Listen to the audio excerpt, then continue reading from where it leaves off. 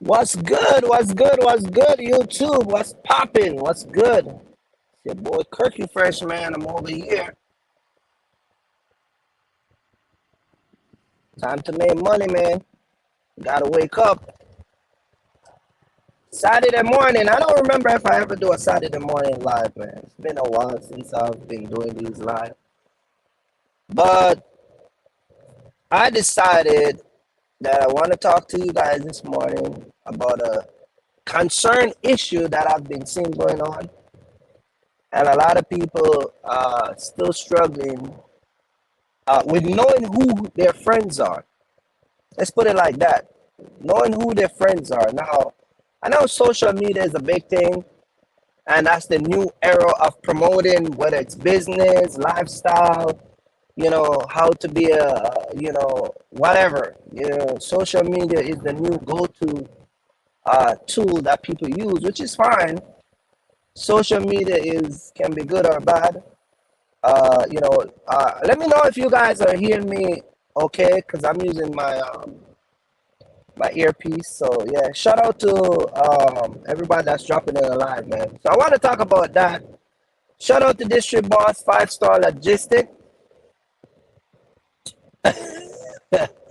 Oh man, 5-Star. This guy just know how to start problems. 5-Star just ready to go in. Is broker and dispatcher your friend? A lot of people have this concept, man, and y'all can correct me from. There's no friend in this industry. Let's clear the air, okay? There's no friend. Bunch of you guys come out here, and I get it. You guys don't understand, but in this industry and many other industry, it's a cutthroat. You get what I'm saying? So I don't care how your dispatcher sound, how your broker call you, how everybody treat you like their buddy. The end of the day, it's business. All right? The end of the day, it's business. So we're going to talk about that. Come on in. If you at a truck stop, get stuck for the weekend because you have a broker or a dispatcher who did not plan your route accordingly, and now you're stuck at a truck stop, I'm going to talk about that too. If you have a load that was supposed to deliver yesterday, but you never make it on time, and now you're stuck at a truck stop, and I don't know if you're going to spend the whole weekend at a truck stop eating all that garbage food and all that stuff, we're going to talk about that too. But a lot of people who are out here, they out here because they thought their dispatches on their brokers or their buddy. So we're gonna talk about that. Come on in, hit the like button. Shout out to everybody that's come on the live, man. Saturday morning. I know a lot of you guys still in your bed, and you know, so come on in. I see District Boss already wake up, so he's, you know, 5-star logistic is up. So yeah, so we're gonna talk about that. Let me give a shout out to everybody. Shout out to everybody. Mark Brown. Shout out to Levante. I know that Mark the Mentor is watching. So shout out to him. Shout out to everybody that's coming in the live. Hit the like button. Early in the morning, I'm gonna talk to you about now. Everybody have a lot of questions, and I'm gonna try to explain a lot of the questions that I've been getting this week from different people, whether it's from email, conversation I'm having, and all of that stuff. So let me start with that before I go into this whole entire dispatcher stuff, and it will make a lot of sense. And I'm gonna be talking about stuff that you guys need to be doing. One of the biggest questions people are asking is, where is this trucking industry and where the market is going? And Kirk, will I be able to still stay in business or just get out? Tomorrow I'm going to be doing a live, and it's going to be calling Operating in the Red. Are you operating in the red or are you operating in the green? I'm going to do a live on that tomorrow. So let's get that out of the way. If you're operating in the red for the last 6 months and constantly not seeing any changes, you're not getting any profit, there's no way of you ever making money. You're not seeing any profit in the near future. I would tell you straight up, get out. Get out. I would say get out of it, because if you're in the red means that you're losing, the green means that you have a profit. Now, let me explain this to you guys, right? A lot of you guys are operating in the red because you thought the dispatcher and broker is your buddy. When you came out here, you were actually in the green. But because of misinformation and bad, planning and the people that you surround yourself with, you move from a green to a red. So I'm going to talk about that tomorrow. So the question is, can I stay out here, and where the market is going? Well, let me say this about the trucking market. The market adjusts to what the market is originally where it's supposed to be. A lot of you guys come in at a high demand. Demand for supply was higher. So now that it adjusted, because you guys come in at $120,000 truck, you're paying $3,000 for insurance, you're buying $6 and $7, at some places for gas when y'all come in. Now that everything adjusted, you still have those overhead costs. So does it worth staying in business? Some of you guys can't even refinance a truck because the price of the truck, the interest rate went up.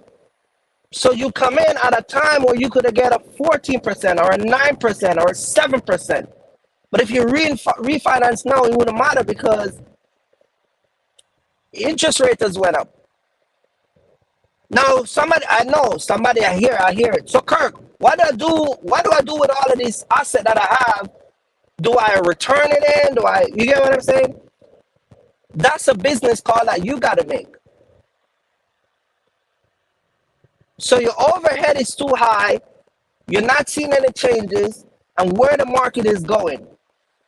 The market adjusts to what it usually be. I came in years ago, so a lot of the stuff that affect a lot of you guys, it doesn't affect me. I'm one of the guys that been doing this live and been showing you guys partial in the truck. I'm one of the only YouTuber that always let you guys get an insight. I take you in the back of the truck. I do a live stream, take you in the back of the truck to show you the live load that I have on the truck. I made videos about this. I show you in videos, I show you in live stream. You never hear me talk about struggling. You never hear me talk about gas prices too high. You never hear me talk about brokers is ripping me off. You never hear me make certain statement that people normally who doesn't have a good business plan are not, and people that are not versed in this type of business, they would make those statements. You never hear me make those statements. I'm always operating in the green. I'm never in the red. I leave brokers and dispatches in the red. And somebody said to me, I think somebody was saying to me, do I think peak season is going to come back for the trucking business? In this business that I do OTR, even if you do local, it's always peak season. Peak season is that Amazon stuff. But when you're here, and a guy like me that's running my truck, it's always peak season for me. Ain't no downtime. You see what I'm saying? So a lot of people who are struggling is because of a lot of stuff that they don't understand. I'm going to give you an example. Pick up a load yesterday. Brought it over here in North Carolina, right? Well, we drop it at a facility. It took me an hour and a half just to get into the facility. And then when I dropped it, the lady said, you have to leave your trailer and then we'll call you once your trailer is ready. Now, that was 10 o'clock was my appointment. I was there from 9 o'clock. I never get in until 10:45. So when I finally get through the door, through the gate, drop my trailer, they called me 3:30 this morning for my trailer. So now I'm going to have to book the broker from 9 o'clock, from 10 o'clock when I show up. I got to give them 2 hours detention for free. And then I'm going to charge them from 12 o'clock all the way till when I pick my trailer up. I still haven't picked my trailer up. I just sit there and let it ride the time. You know why I let it ride the time? Because when I'm leaving, they're going to stamp the time on it. So I'm just accumulating the tension. See why I told you, see why I just said a while ago, I leave brokers in the red? So I'm going to go over there about 11, 12 o'clock. So now I'm going to get the tension from 12 o'clock all the way till when I pick it up. Because once I get it, they're gonna clap me out and they're gonna put my in and out time on the paper.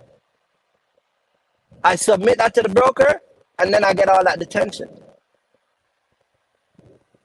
Some of these stuff that you guys don't understand and you guys don't know, but that's how you gotta make extra money. Today's Saturday. It's a 24-hour distribution spot, so I don't have to worry about rushing to go get my trailer. Little stuff like that is what you make money off of. You get what I'm saying? So, but what I'm saying is dispatches. Let's talk about dispatches. Tomorrow I'm going to go into a lot of this stuff. Operating in the red. Another thing is people are talking about the rate. Man, the rate is low. Brokers are still stealing our money. We're not making any money. The rate is low. The rate is this. The rate is that. Okay, do you know your cost per mile? I got an idea. Okay, so how do you know the rate is low?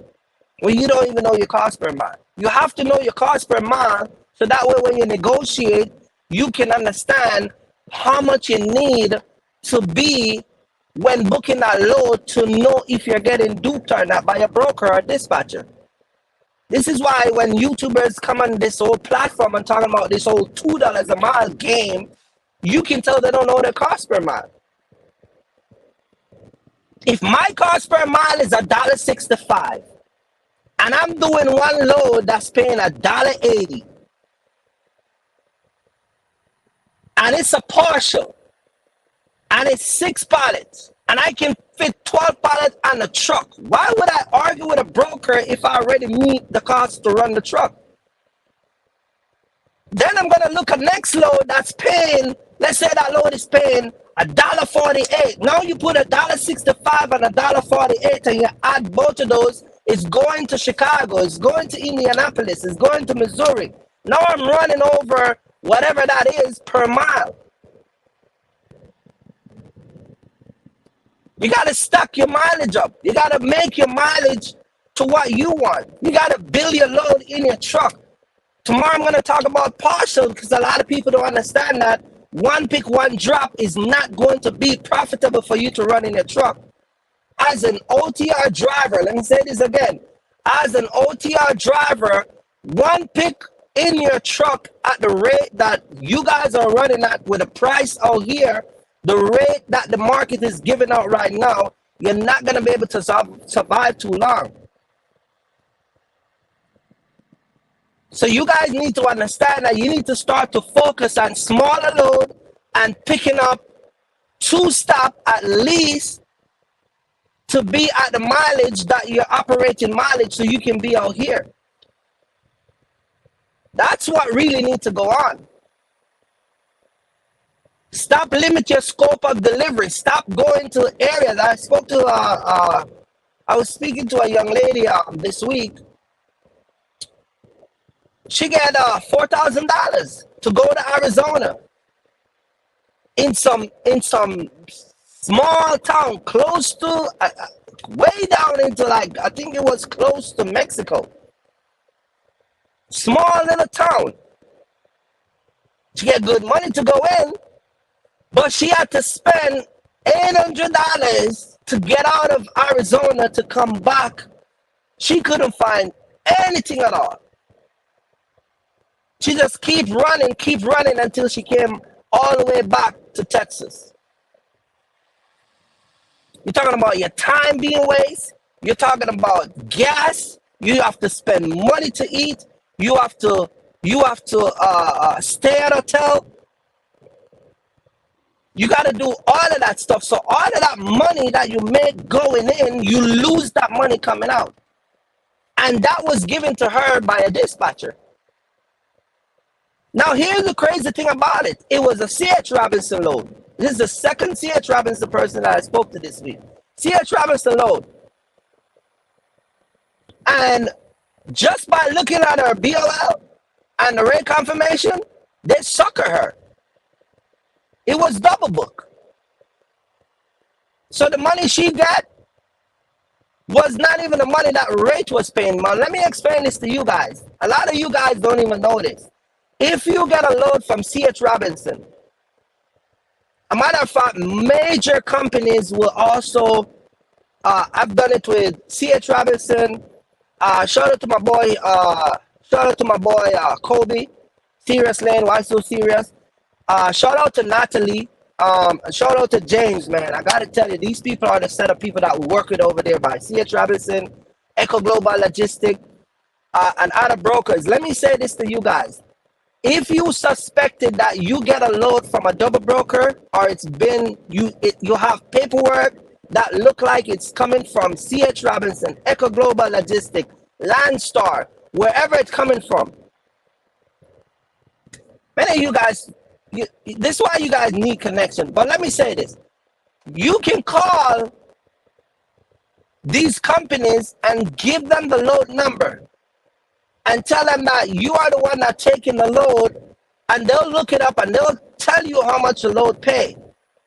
And most of the time, they'll pull that load from the broker that double broker it and forward it over to you. We've done it a couple of times. Me and Serious Lane have done it with C.H. Robinson. I've done it with Echo Global Logistics and Landstar, and a lot of different brokers that I've run with. The downside of that is that they're gonna call you out. They're not gonna use you. You see what I'm saying? But a lot of these major companies, once you double broker, it's game on. They're not gonna tolerate that. So most of the time, I did a live a couple months ago where I was showing the guy for a big transportation company. He was talking about how brokers was ripping off drivers, and he was saying that anybody who get a double broker, or if you call us and the load belongs to us, we will pay you directly and pull that load from the person who double broker it, or dispatching company that do it. They'll pull it from them and they'll give it to you so you can get the full, the full worth of that load. See what I'm saying? So a lot of those stuff that's going on out here is because a lot of people still don't understand. Social media play a big part in a lot of people not making money. And I said this already, and I'm gonna say it again. Some of you guys need to leave social media alone. You need to shut off all social media activity. You don't need to look at YouTube for no trucking information. None whatsoever. Unless you come across guys like me and Mark the Mentor, you need to just shut it off. You need to, matter of fact, it's crazy I'm saying this because people will watch people and know that they're bad for them.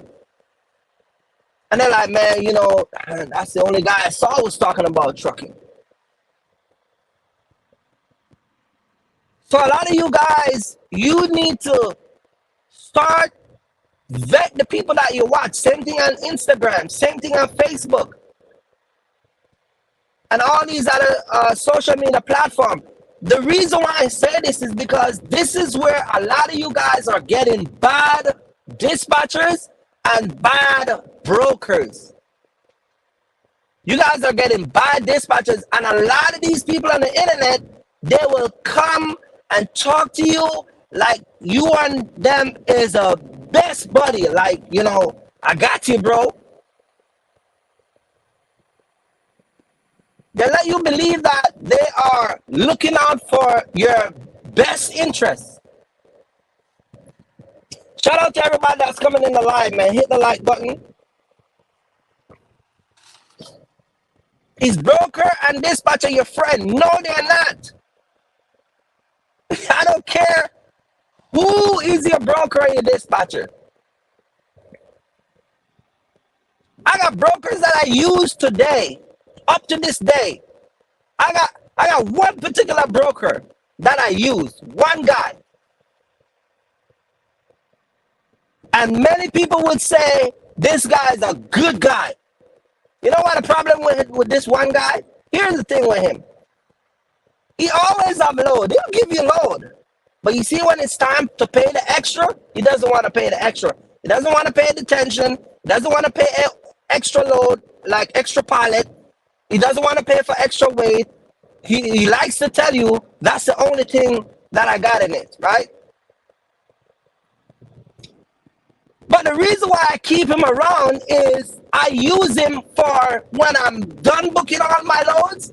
And if I can fit something extra on the truck, if he got it, and I can make that extra money. That's the only reason why I use him. I use him because he's a filler. He filled the empty, he filled the blank. You get what I'm saying? He's the type of broker that I use when I might pick up a load, and for whatever reason, it fall through, whether it get canceled or whatever it is, or maybe sometime I will call him when, like, I will go and pick up. Let's say I'm supposed to pick up 14 pallet, and I go and it's only 6 pallet. So, but because of the time, I might can't recover a load. I will just reach out to him. He always have load. He has a distribution company that he delivers for, so he have load every day. The point that I'm making is that he's not my first choice, and I've been working with him for 5 years. I've never let my guard down. Dispatchers are even worse. Female dispatchers are the biggest user. They like to use their charm and like to make it look like they're looking out for you. Some guys are like that, but a majority of the women that come out here, they will let you believe, especially female dispatchers. You see them on social media. Think I'm like going on Instagram and look at some of these quote-unquote entrepreneur and I'm $1 million babe, and I'm sweet and sexy, and I'm the top 5 broke this. But listen, let me warn you guys. Let me say this. Let me teach you guys about the top 5. Let me say this to you guys. Shout out to everybody. Anytime you hear anybody in trucking put themselves in the top 5, run. Get away from it. The top 5 in trucking, in my opinion, is a bad number to be in. Anytime you go on social media and people are saying, we're the number one, we're the top 5. We're the top this, the top that. Run away. Go look at your best top 5 YouTubers and see if that list is a good list. They got more subscribers. They got less truck, less experience. Oh, you're the top 5, but you got the only thing that you have is subscribers. Same thing on Instagram. They got more followers, but less experience. They got more followers, but they got less trucks. They got more followers, but they make less money. That's why I keep telling y'all about these top 5. Run away. You do not want to be in the top 5 as a trucker when you come out here and social media. That's why I always say name your top 5 YouTubers. They all got the same thing in common. Name your top 5 gurus and look at the trend line. So the same thing I'm saying with dispatches. Name your top 5. When you hear them say we're the top 5 dispatchers, look at their accomplishment. Look at the size of their fleet. I know dispatchers who has less than 10 truck. You give me 10 truck right now, I master the 10 truck. I can master more than 10 truck. But you give, and this is crazy because I was doing mentorship and having people delivering and picking up load. And I was also out here picking up and delivering load. And these people are home and they can't even master 10 truck. These are the questions you need to ask dispatchers companies when you are signing up with them. How many truck do you have sign up with you? You see what I'm saying? Oh, well, we got 3 trucks right now. You know, I started a year and a half ago. How much you make those truck on average? Yeah, we can get you $5,000 to $7,000 a week because that's the favorite line. They like to use that. How much you can guarantee me a week? Yeah, we can guarantee you $5,000 to $7,000 a week. They're lying to you. That's a lie. I never guarantee people anything. I never promise and guarantee people anything because your work ethic is what determines how much you make. Where you decide to go and how far you willing to push the limit of your work ethic will bring the income in. Somebody that has no idea about your work ethic, never work with you, cannot promise you $5,000, cannot promise you $7,000, cannot tell you that they're gonna make sure that you make $10,000, $15,000 every 2 weeks. They can't do it. And so a lot of people fall for that stuff because it makes you feel, it makes them feel good. But they're lying to you. People come to me all the time and they're like, Kurt, man, man, blah, blah, blah. How much you think I can make a week? I don't know. I don't know how much you can make a week. All I can do is prepare you and make sure that when you come out here, you go and do what you're supposed to do. And that way you can generate the income that you're supposed to generate. Brokers are not your friend. Dispatchers are not your friend. Some of you like to believe that the people that are looking out for you and talking to you about all these load and trying to make your truck move, they're looking out for you. You call them and they tell you, yeah, I just get in. We'll call in an hour. You sit for 3-4 hours. You call them 8 o'clock this morning and 1 o'clock, they're just calling you back about the load. And then when you do go get the load can't fit. The load, they cancel it. The load was picked up by somebody else. The load is not shipping anymore. It's going to be shipped tomorrow instead of today. You're not going to get a tonal. You're not going to get detention if you sit for 5 hours because there was some bad information. Then on top of that, every load that let me tell you guys something. I'm going to just be blunt. You guys know me. I'm a straight up guy. And I told someone this week. If a dispatcher book load for you, let's say a dispatcher book load for you every week, and they're making $500 off of your truck. Let's say $550, $700, whatever. Let's say $500, right? Do you really think somebody's gonna come out here, put all that work in, bust their butt, make all those phone calls, run around and sending emails and all that stuff? You think people are gonna come out here, and I'm talking about dispatchers. They're gonna put all that work, they gotta fill out your carrier package, they're gonna send over the email, they gotta get the rate card, all of that stuff. You think they're gonna do all of that for $500 a week? $600 a week? They're not gonna do that. Well, that's what my dispatcher charged me. Yeah, they charge you that.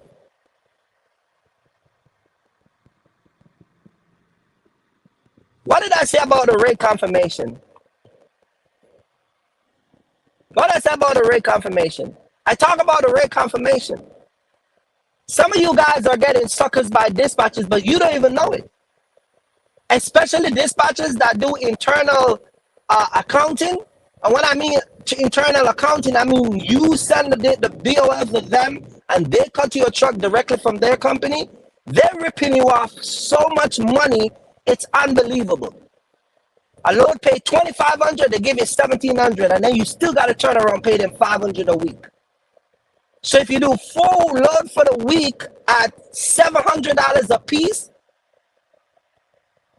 if they're robbing you $700, or let's just say they rob you, let's say for 2 loads they rob you $1,000, another load they rip you off $800, another load they hit you with $600. You add all that money up, and then on top of that, you still got to pay them to be your dispatcher. So you give them that amount of money. That's how much money they make off of you. You're literally paying them to rob you, basically. That's what you're doing. And dispatchers don't like when I say this, because every time I go off on dispatchers, a lot of people call me an email, oh, you shouldn't be saying that. We're not all like that. We don't do that, Kirky First. That's not true. I know they like to tell you it's not true. But I've talked to people who are actually doing those stuff.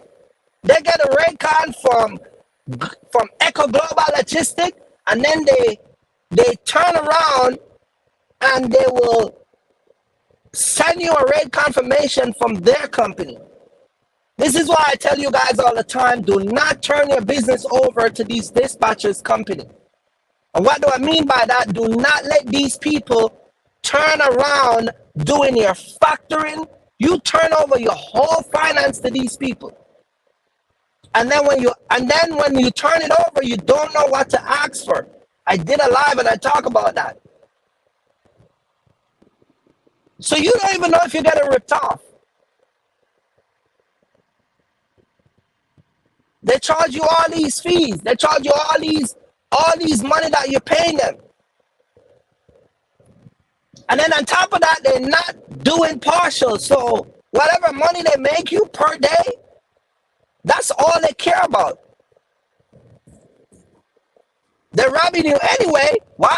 Let me ask you a question. Why would I kill up myself? Why would I go all of the way to go let some guy in a 26-foot box truck that only can carry a maximum of 10,000 pounds? Why would I bust my butt to get him a bunch of different stuff when I can average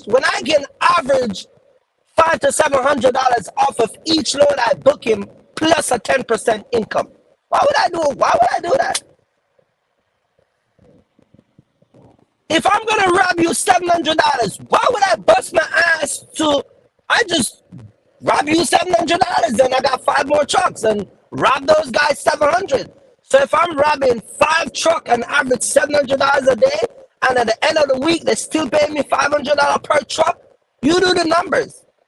This is why I keep telling you guys, dispatchers are not in the business to give you partial. Stop signing up with these dispatcher and I bet anybody today, I can put this on the line, I will put money up. Any one of you guys who's watching this live right now who sign up for a dispatching company, and they promise you $5,000 to $7,000. Ask yourself why I never meet that $7,000 mark.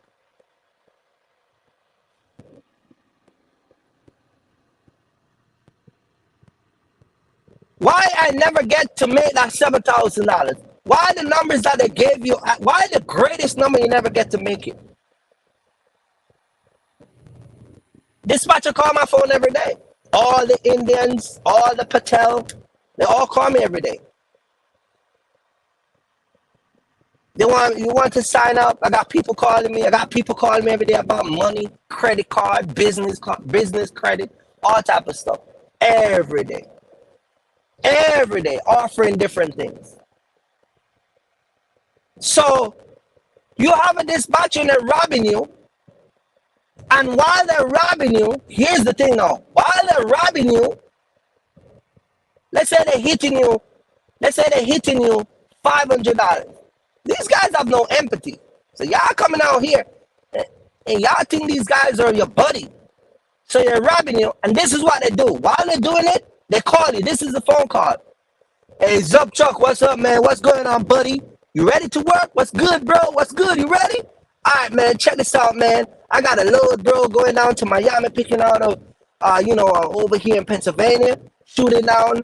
Right now, it's 6-spotted. We got 2100, man. You want to grab it?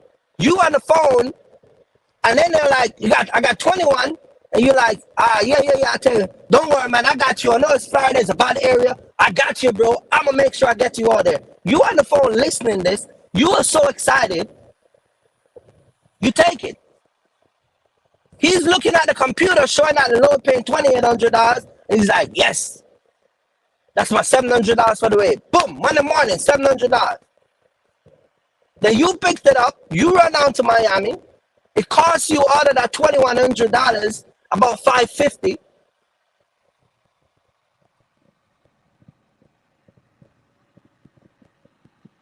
$21 from $550. Then you gotta eat. You definitely ain't gonna stay in no bougie hotel. You gonna eat them damn Church's chicken till thy kingdom come, and them damn dollar burger at the truck stop. You're going to be twisting and turning in that box truck because you can't get a good, comfortable sleep at any given night because you're running in the red. Because your buddy that you think was a good buddy, a broken buddy that you got, you dispatcher, you love me some dispatcher, man or woman, they sucker you. Look at me. I'm a guy out here, and I eat different from a lot of truckers. I've been pulling up some time. Listen. My mentees and guys who know me can tell you. I put up some time and we'll be going to fancy restaurant. Mark the Mentor, we went to meet Mark the Mentor. We had a load in the truck. It was me and Terrence going over to Arizona, Utah. We pull up, we spend the night at the hotel downtown. We went and eat good, drink good. Me and Terrence was traveling. My wife bought us lunch at a restaurant. On the way, we stop and pick up and eat. We eat healthy food, eat fruits, drink a lot of water. We had a case of water. Some of you guys, I was in Arizona. I rented a hotel, was doing a live with Mark the Mentor, and left Terrence. He was in the pool at the exercise. He went to the exercise room, was doing a workout, and then jumped in the pool. He's calling his baby mama. She's like, God damn, you and Kirk living the life. I've never used those stuff. But the point that I'm trying to make is a lot of y'all are running your business and you can't even spend a night because you let these brokers and dispatchers rip you off because they quote unquote think that they're your buddy. Nobody rip your boy off. I got a trailer right now running up the numbers. And I'm the first to tell you, I'm the biggest rip-off out here. I rip these guys off all day long. is sitting down over there right now. And I'm watching the clock, 10:37. See what I'm saying? These guys don't take advantage of me. And I don't care what they sound like. So a lot of you guys have these, same thing with the brokers. You guys sign up with brokers. I remember about a year and a half ago, one of my driver, he had booked a load from Global Tran. Global Tran has a contract with you all. And they carry the U boxes. And the broker told him, hey man, I'm gonna give you, I forgot what the price is, but the broker wanted to sign him up where he could have him move around in the box truck and have him, he would basically have a route. And I think the guy was gonna get something like $550 per U box or whatever it is. And I'm like, look, these U boxes are paying $1,300, $1,400. Why would he let a broker give you a U box for $550 on the average? There's no room for negotiate. So that's how they get you, the brokers. They try to lock you in these contracts. A lot of you guys who are getting suckered by these brokers is because they give you this perception. Guys, think about it. Think about it. You're buying your own gas. You're paying your own insurance. It's your license. All the expenses are on you. You're buying and spending, and all that overhead is on you. Why would you take all of that and turn that over into some of these guys? And it's beyond me. You take all that responsibility, all that overhead costs, and you turn your business over and let these people dictate your time, your location, where you go, how much you can get, this, that, and the third. I got people show up to do a load. Lumper fee is $250. Guy paid the $250, send the receipt to the broker. The broker customer tell the broker he's not paying the $250 because he never paid that much before. He's only gonna pay $150. You think any broker can do that with me? First of all, somebody said something the other day in Martin Mentor Live.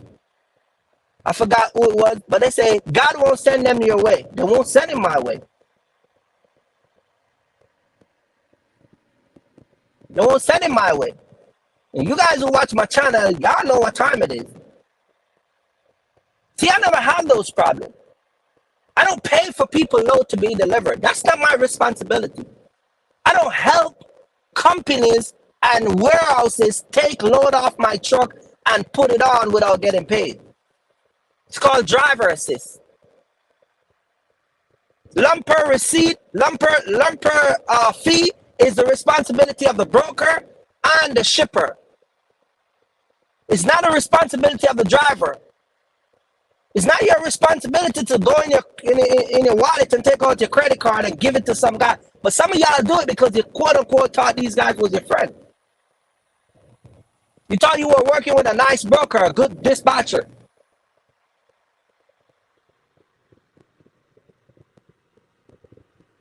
You thought that a lot of the stuff that you were doing, because you're a nice guy, they're going to look out for you. Ain't no nice guy in this business out here. There's a whole cutthroat thing. Ain't no nice guy. Ain't no nice guy. Ain't no nice girl. Ain't no nice such and such in trucking. Not even the baby nice. Not even a little baby. Not even a baby is nice. Because even the baby get mad when they want their milk. They get very angry. They don't even care that you're their mom or your dad. Even they're unruly. So not even nobody nice out here. Stop coming out here with that naive mentality. They're not your friend. It's sad, but I'm gonna tell you. Some of you right now are sitting on a truck stop. Your broker or dispatcher that leave you at that truck stop is in Miami. They're at their cookout. They're driving around in their sport car. They're picking up the girl and their sister and the daughter and the mom or wherever, and they're going shopping. They're going out with their kids today. You stuck at a love truck stop or a pilot. Whether you got a load or you're empty, they sucker you because they never make sure that it was in your best interest and their best interest to get you a load and time where you could leave that city. You talk to anybody that I talk to, anybody that will tell you, none of my guys ever sit at a truck stop. This is why you guys have to learn the Wednesday to Friday remedy. Wednesday, Thursday, Friday is loading. Saturday, Sunday is driving. Monday is delivering. By Tuesday and Wednesday, I'm re-picking up and resetting to go do my next set of load. We don't be spending time at Love and Pilot truck stop, man. Some of you guys are saying that when you're picking up load, the dispatcher or the broker want you to deliver the next day. But let me ask you this question. If you start at 9 o'clock this morning and your clock is 11-hour drive, and the broker said, you got to pick up this load, the pickup time is 2:30. You start at 9 o'clock. You pick up at 2:30. How many hours you going to have to deliver it tomorrow from New Jersey to Chicago? Will you make it?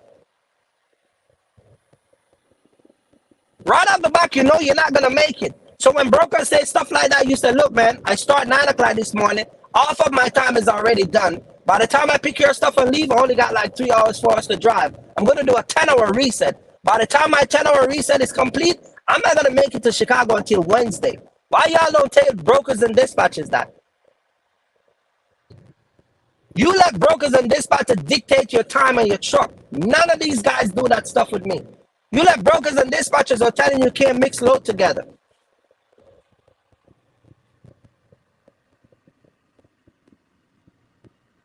Like some of these stuff is common sense. You guys can't let these guys dictate your truck. And if you guys are picking up a load, you got to be upfront. Yo, man, I'm booking this load, but I'm not going to be able to do it. You want it delivered tomorrow. I started 9 o'clock this morning. You want me to pick up a load 2:30 because that's the pickup time. I'm not going to have 10 hours to continue drive to make it to Chicago by Tuesday. I'm not going to be there until Wednesday. Yeah, I'm sorry, man. I need somebody. Well, go find somebody else because I'm not going to get violation. See, you run these violations. You run your load and you get these violations. And these DOT officers out here, they don't care about that stuff. They're not going to find a broker. They're not going to find a dispatcher. They're going to find you and your company. And when they find you, somebody asked me this the other day, and I keep forget to mention it. Let me say this. When you have your safer record pulled from by your insurance company, every year, when your policy get renewed, they pull your record and they look for the violation that you accumulate within that year. If you are speeding, it's going to go against your company and your rate is going to go up. If you have a lot of violation, they're going to take all of those violations and it's going to determine your new rate for the coming year. So if you were paying $900 last year and you have within 1 year, you have a bunch of speeding violation, you have operating, you have driving violation, auto service violation, you have no inspection, you have all of these violations, you don't do your pre-trip and all that, and all of those violations that you accumulate within that 12 months, when the insurance is going to be renewing the policy, they're going to use all of that against you. Shout out to Grace Logistics. Shout out to Daniel. Don't forget to hit the like button, guys. So a lot of you think that these guys are your friend. They're actually damaging your company. They're actually damaging you. They're not looking out for your best interest. They're not looking out for you being out here feeding your family. If my power is my truck, and my trucking business is my power, and my time is what I use to earn my income, wouldn't you guys be safeguarding those type of stuff? Like, a lot of you guys come out here, you don't safeguard anything. You don't ask the certain question. You don't let these people, you don't hold these people, accountable, and you don't hold yourself accountable for some of the things that you guys allowed to make happen to you. Listen, I said this, I don't know everything. But you know what I always tell people? I know enough not to be deceived.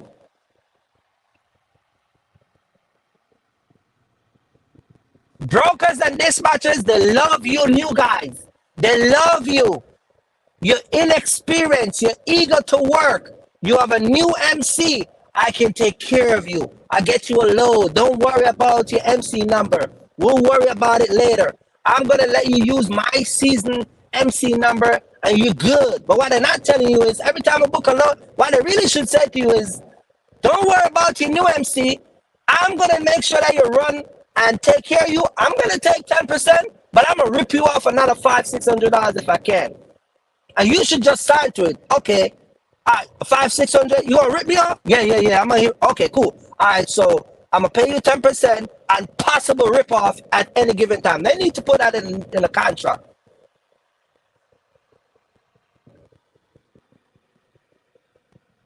So that way you guys know what you're signing up for. They love you new guys. They love you new guys. 90 days, you come out 30 days, you're fresh. You don't know anything. You on the phone. You asking dumb questions. You don't ask a question that they're going to be like, You ask question where they're like shaking their head. Because they know you knew. You go over there and you pick up a load, right? You go over there and you pick up a load. And you call them, hey, I'm at the delivery. They say, okay, cool. You got the load yet? Yeah, the guy just gave me the 6 pallet. I had to load it on, man, because he said that they don't drive the forklift on the box truck. Okay, you got it already? Yeah, I got it. All right, cool. Call me when you get to the delivery. You see how they work that? They're not even telling you, hey, wait a minute. You loaded just now? Yeah. All right, man, I'm going to send you driver assist. $75, 6 pallet. $80, 6 pallet. See, they don't do that because they know you don't know. And their job is to please their customer. And their customer is waiting on that freight. And the more money they can keep for themselves, and the less they can charge their customer based on your action, is our business good for them. Because they're so fixated on getting the next load. A lot of these guys, they don't like to go to their customer and ask for driver assist. They don't like to ask for Tonu. I had a broker a few months ago, went to pick up a load in Arkansas. Sitting down, went over there, pallet count was more pallet, the weight was more. Call the broker, yeah bro, go ahead man, I got you. I had the phone on speaker. So the guy that was loading the truck, he said, all right, I'm going to go get my forklift. I said, wait a minute. Whoa, wait a minute. Check this out. Wait a minute. So I took pictures of the BOL and I sent it to the guy. Call me back. He said, hey, I got you, man. How much extra you want? I said, $800. He said, $800? I said, yep, $800 is going to be. Weight and pallet is increased, $800. I think the load was $2,700. So he goes back and forth. All right, I'm going to get in touch with my sales rep. You ever notice there's always somebody that got to go through? So he goes, I'm going to let my sales rep, the account manager or whatever, I'm going to reach out to her, but go ahead and load the truck. No, it's not going on the truck until I get a new rate cut. So the guy that was beside of me, listening to me, talking to the broker, the loader, he said, you got 5 minutes because we closed at 4. I said, that ain't got nothing to do with me. So the guy on the phone here, when I said that to him, he said, just go ahead and load the truck, man. I'm going to send it over right now. See how the account manager and the lady, some magical guy, see how some guy that they were going to quote unquote wait and disappear? That's how they love you new guys. So my man, and he's a black guy, so you know, black people, they take their time serious at these warehouses. Like, dude want to get out of here. He's in Arkansas. He probably have to go take his kids somewhere, maybe go chill with his girl, maybe go do some barbecue cook out somewhere, whatever. He's like, bro, you got 5 minutes. He was dead serious. And the guy was on the phone and heard when he said that. So he know his game on. So he's like, what do you want to do? I said, yeah, I'm waiting on the Raycon. And I never let him put one pallet on my truck until I get the Raycon. Raycon come, truck loaded, and I'm out of there. See how that works? But here are some of you new guys are. Yeah, I'm going to call my account manager, let him load you up, man. And then 2 days, then you pick up, and then the next morning, bro, they can't pay 800. I'm sorry, man. They only tell you they only can pay 400, man. They say 800 is too much. All right, they'll tell you, yeah, we only can pay 250, man. They say, you know, it's not that many weights. It's just a few pallets. It's, you know, whatever, man. And you like, all right, bro. And they're like, yeah, I got you. See, me, I'm telling you these stuff because I used to do that. So now I know not to leave until I get a new Raycon. But what used to happen back in the days was when I would show up and they won't pay me, a lot of time I would threaten to take it back. And so a lot of time when I threatened to take it back to the shipper, they would pay me, but they won't use me no more. They will put me on the do not use list, which is fine. I don't know if I ever tell you guys a story about the load that I took to Texas. Shout out to everybody from Texas. Houston, to be exact. Mount Laurel, New Jersey to Houston, and went down there. The place was closed. It was a storm. And the guy told me, you can't take it back. If you take it back, I'm going to file a claim that you stole it. I'm going to call the police on you. It went right back to New Jersey. Never get arrested. Police never called. Now, he did file a claim on the insurance company. And the lady called me and she said, what happened? I said, it's on the truck. And I explained to the lady, and the lady denied the claim. And called him and she even told him, she said, first of all, we will not pay you on stolen freight. We only pay out on damaged freight. And he went off on the lady, called her all type of name. They like to use, oh, so you're going to hold the freight hostage? Yeah, I'm going to hold it hostage. Okay, so I'm going to file a claim. Yeah, go file a claim. And I'm going to call the cops. You remember the number? That's how I talk to these guys. You want me to text you the number? It's still 911, but I can text you just to make sure you got it. But see, they won't play that game that they play with you with me. I was talking to you guys again about a load that we went to Missouri. $2,100 for, I think it was 9 pallets. Went over there and they did not label the pallet with the correct label. So they want me to go to Staples, get the label printed out, take off the old labels, put the new labels on, and then re-deliver it back to the distribution center. I'm like, I'm not a warehouse guy. I say, I got 2 options. I can drop it to the closest warehouse, or I can take it back. And I charge them to take it right back. It was from Edison, New Jersey, to, I think it was in Kansas. And the guy was like, nope, we're not taking it. It went back from Kansas all the way back to New Jersey. You new guys, y'all gonna run to Staples. Y'all gonna do all of that stuff for free. They love you. They love you. They're like, yeah, bro. Then the lady come on the phone, the shipper, and she was like, yeah, she talked all nice. And she was like, yeah, And I'm shaking my head. See, one thing they do is they talk all that talk, but nobody never mentioned money. They never said, we'll pay you $700 to relabel our pallets. You want it? They never call like that. They have the broker calling me and they're calling me.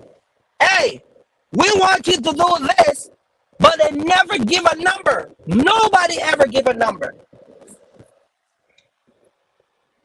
The ideal thing to do is, look, we'll give you $800, $700, whatever you want. We'll pay you whatever it's going to cost us to retag those pallets and you take it back. See, nobody never talk like that. Because I would have to break down all the pallets and get shrink wrap, restock everything, because it was on the boxes. But they never talk money. So it's cheaper for me to just bring it back and charge them. And that's what I did. But you new guys, you will go in a Walmart parking lot, take off every pallet, break it down pallet by pallet, put every new label on. And then you go back to the distribution center, they reschedule the appointment, and you go back in and they say, good job, Junior Transportation. Now how much you want? We can give you $70. We can give you $70, $80. We can give you $200. Because you knew, you thought you done a great job.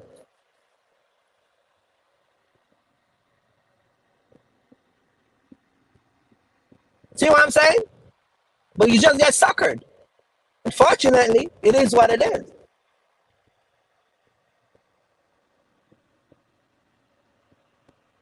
Some of the intimidation strategy and tactics that brokers use out here, I use it right back at them. I'm going to call the police, call the DEA, the FBI, the CIA, call even immigration, call everybody. You need to call everybody. You just use right. I'm going to call the insurance and report it stolen. Make sure you call them right now. See, you new guys, those things scare you.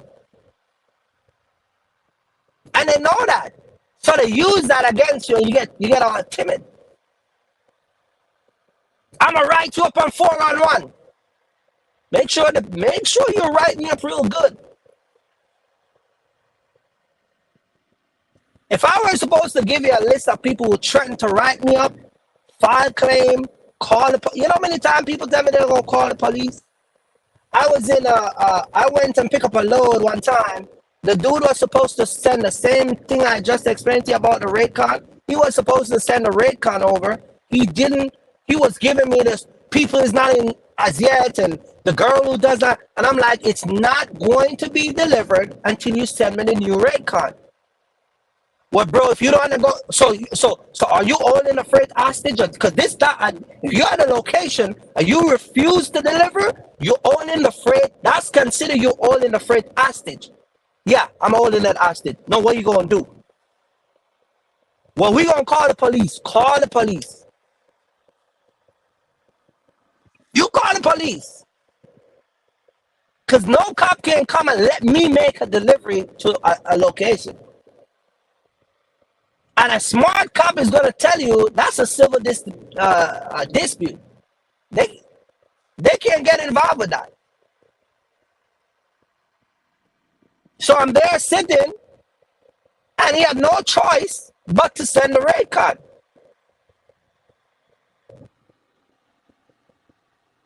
Now what happened? They don't use it no more. They put a note on your account, on your MC.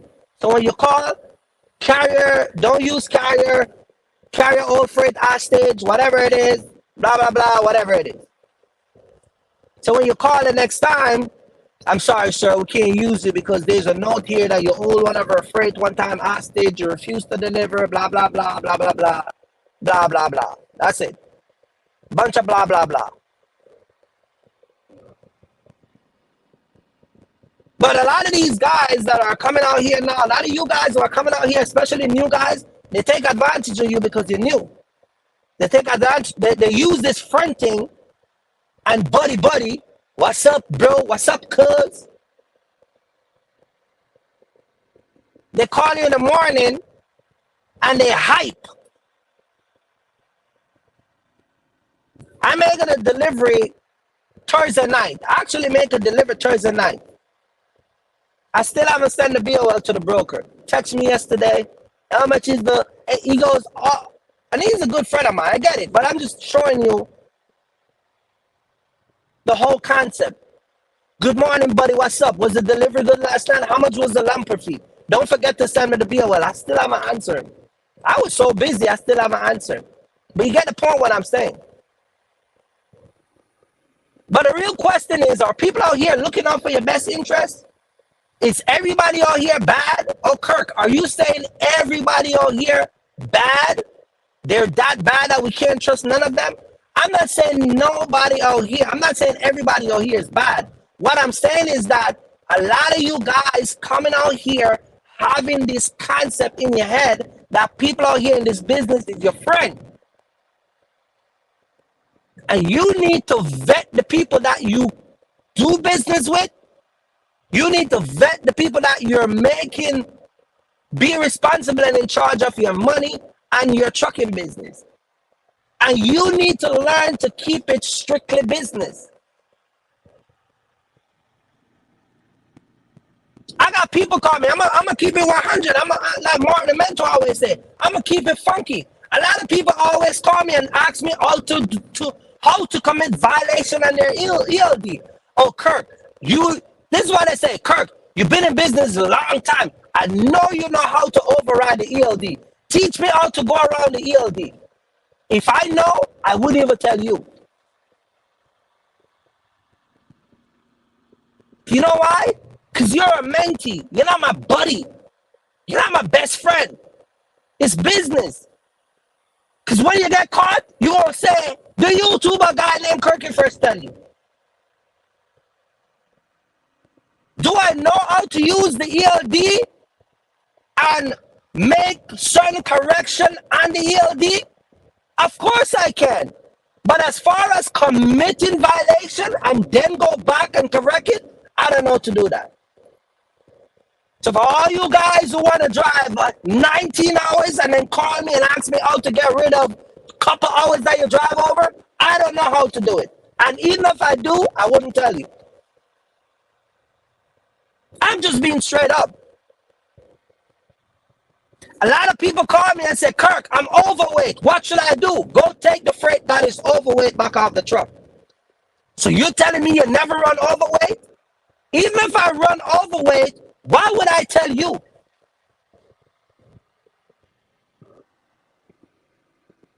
Want to incriminate me in stuff.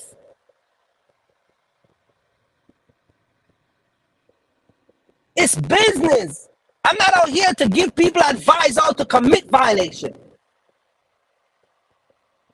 Yeah, man, I thought you was my boy, Kirky Fresh. Well, hey, too bad. Too bad. I don't know what to tell you.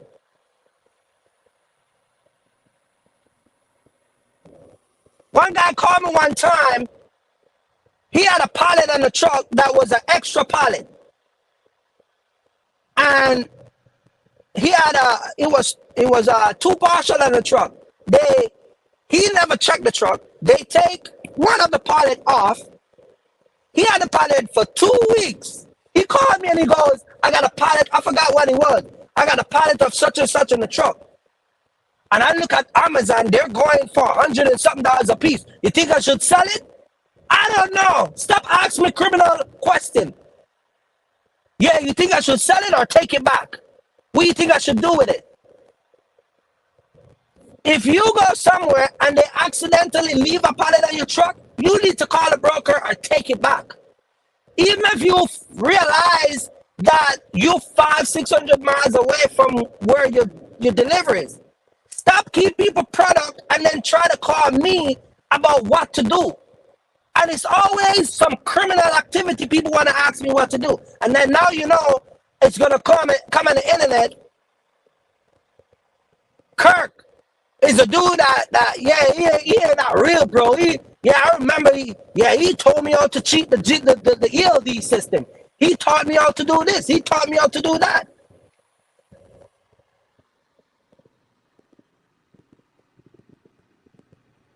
It's called stealing. I'm not gonna sit there and tell nobody what to do with an extra pallet.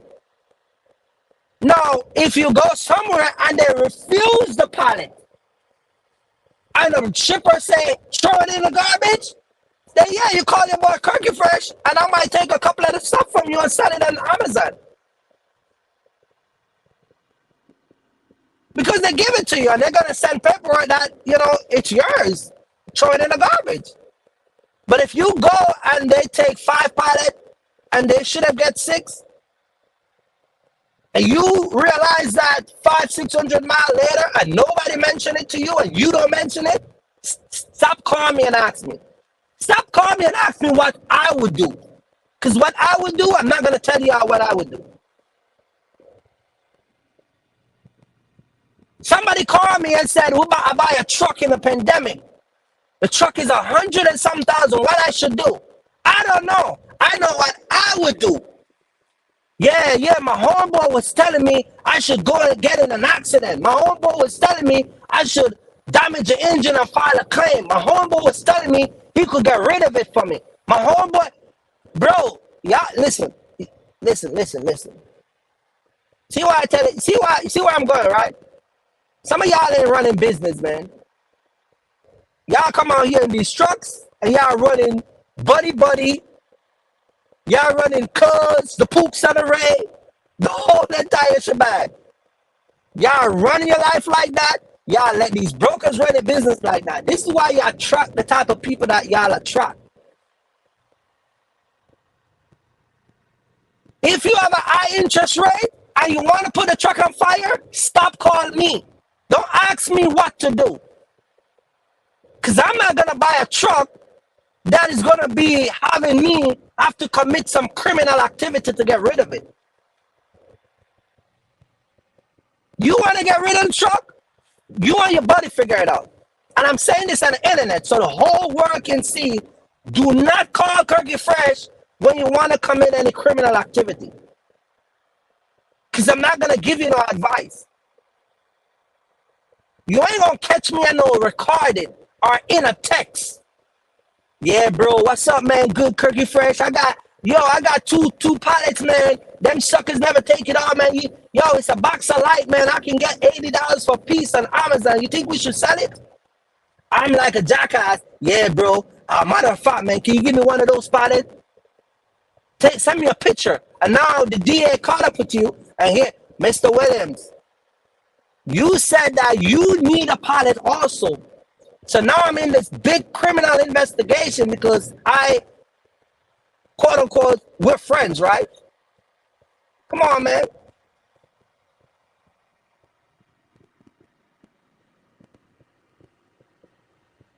This business is not a friend thing. You are here strictly to do business.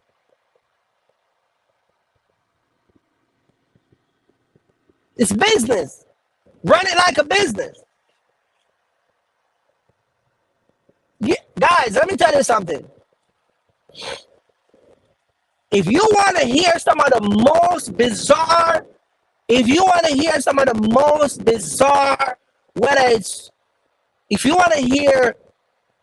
being on social media, I'm gonna just give you guys a clear understanding of what I don't know about all YouTubers and people on the internet go through, but I'm gonna just give you a brief insight of what being on the internet, what you go through. You hear some of the most atrocity type of stuff. Whether it's from men or women or both. Being on the internet you open up yourself to a whole host of different type of people. The questions that you get about some of the things that people want to do is beyond me. More the mentor can tell you. You get cause after cause about good stuff, but you guys know that we live in an imperfect world. You get, if not more cause about good stuff, but some of the cars are gonna come with good intention is gonna lead to bad intention.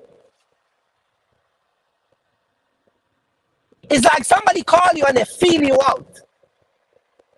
They will call you and they'll feel you out and feel, yeah, Kirk. Yo, man, what's up, man? Yo, so check this out, man.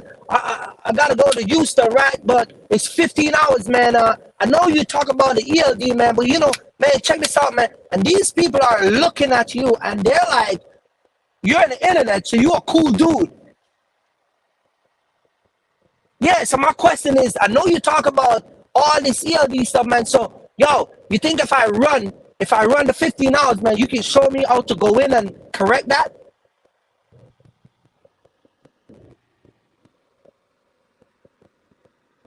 They do it all the time.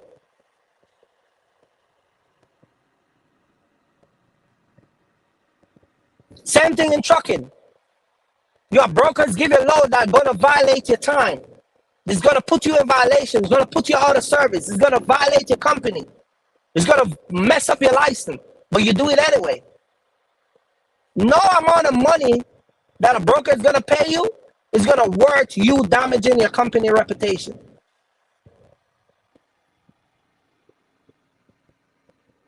No amount of money. No amount of money is gonna damage your reputation. No amount of money is gonna worth you coming out here and losing everything that you put together in the name of an extra $200. You think brokers don't ask me if I can violate my time? A lot of time in the past, broker asked me those questions. You can actually report those brokers to the FMCSA. There's a law. Let me show you guys. Do you guys think I'm joking? You see this book right here? You see this book right here? Everybody who has a truck needs to get a copy of this book. You need to get a copy of this book. And this book carries all the stuff that you do and not supposed to do. The do's and the don't. All the rights as the owner, operator, the truck driver, it's in this book. The violation that commit is in this book. The brokers is in this book. This book right here. Go on Amazon. It's right here. You need to get a copy of this book. You need to take the time and go through this book and read it. See what I'm saying? It got the rules right here and braking. It got a rule of braking. When you take a 30-minute break, some of you guys are taking a 30-minute break on your ELD and you wait until the last 30 minutes and then you start to try to find a truck stop so you can take a break, and then you have a violation when your break started to notify you over an hour ago. It's all in this book. Stop letting these people tell you to commit these violations because they quote unquote, you think they're a friend. You're you know, yeah, man, it's my buddies looking out for me. Stop doing it. It don't worth it. Y'all think I'm joking? Let me show you outside because you guys think I'm joking. I'm riding the clock. I'm riding the clock. I told you guys I'm here. I'm riding the clock. Because I know a lot of people, they're like, man, no trailer. No trailer. See what I'm saying? No trailer. So Monday morning when I call this broker, I get detention from 12 to 12. See what I'm saying? So a lot of you guys need to understand that you come in this business and this is not a buddy stuff. It's business. I get off this live, I'm gonna go get my trailer. Monday morning, submit my BOL, and all the time, and I get my detention. You guys are not. You come out here, you let your guard down. Stop letting your guard down.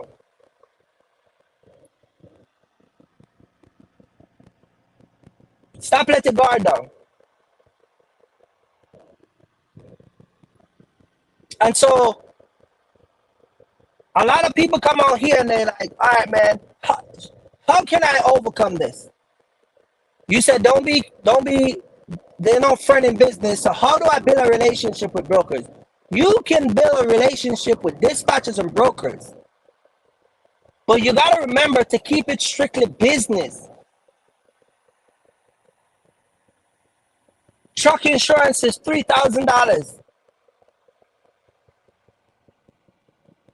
I mean, truck insurance is $1,200 for some of you guys, you box truck drivers.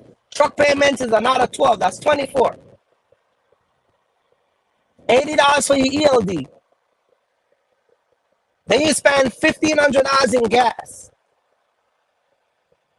Some of you guys are not spending nights at a hotel because you're sleeping in a truck. But then you got to spend your eating. All of those stuff, all of those costs add up. So the end of the month, you got to remember that you got a bill to pay every month. Your responsibility is to take care of that bill. Part of taking that bill, take care of that bill is not coming out here being everybody's buddy. Do I have good relationship with people that I call and we talk like, on a regular? Sure. But you know what I build? You know what kind of relationship I have built up with those people? They know that at the end of the day, I'm a businessman. Oh yeah, we can talk about being in Chicago, being around Chicago, enjoy. It's all good. I was downtown. I went here, I went there. That's all good. I was in Atlanta. I drove down there. Yeah, I was downtown Peachtree. Shout out to Peachtree.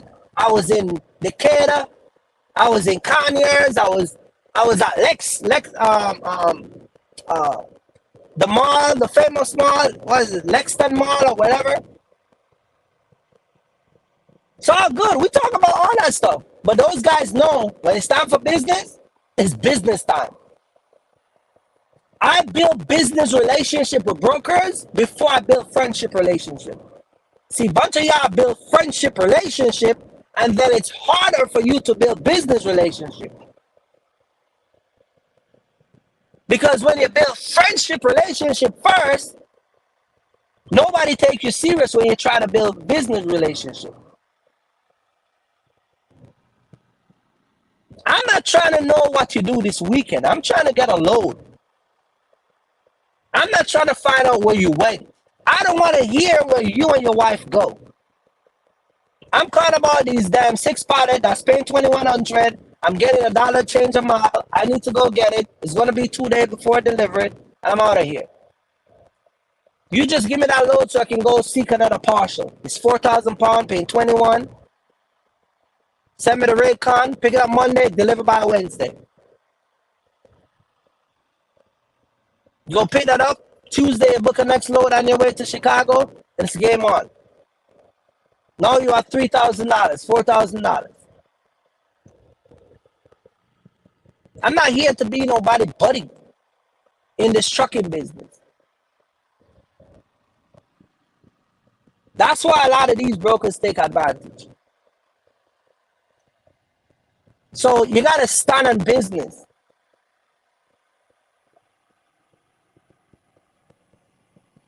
You got to stand on business. You got to make sure that you take care of your business. Look out for you. Now, a lot of people are, like I said earlier, I'm talking about the rate. But a lot of people still don't understand their cost per mile. The cost to operate. A lot of people still don't have that. Supply and demand. Demand is low now. It's not high as the pandemic. Bunch of y'all get money in the pandemic. Y'all should have waited. We're not going to go back there because it's already happened. It is what it is. You get 30,000, you buy a $125,000 truck, you're stuck with it. The insurance is $1,500, the truck payment is $2,200.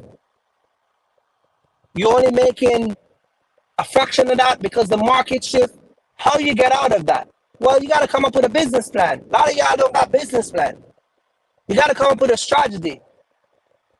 You got to get out of your comfort zone. Some of you guys are too comfortable too. You're too comfortable. You want to leave from New Jersey to New York, from New Jersey down to North Carolina and back. You got to get out of your comfort zone. Now you got high interest rates. Supply and demand is low. Gas price is up and down. A few weeks ago, it was $3.48 in Jersey. Now it's $3.75. The market is not stable. Amazon Relay and the whole Amazon thing is out of here. Nobody talks about Amazon. Any video you see about Amazon is them old video. So you can't even stay local and run to Amazon.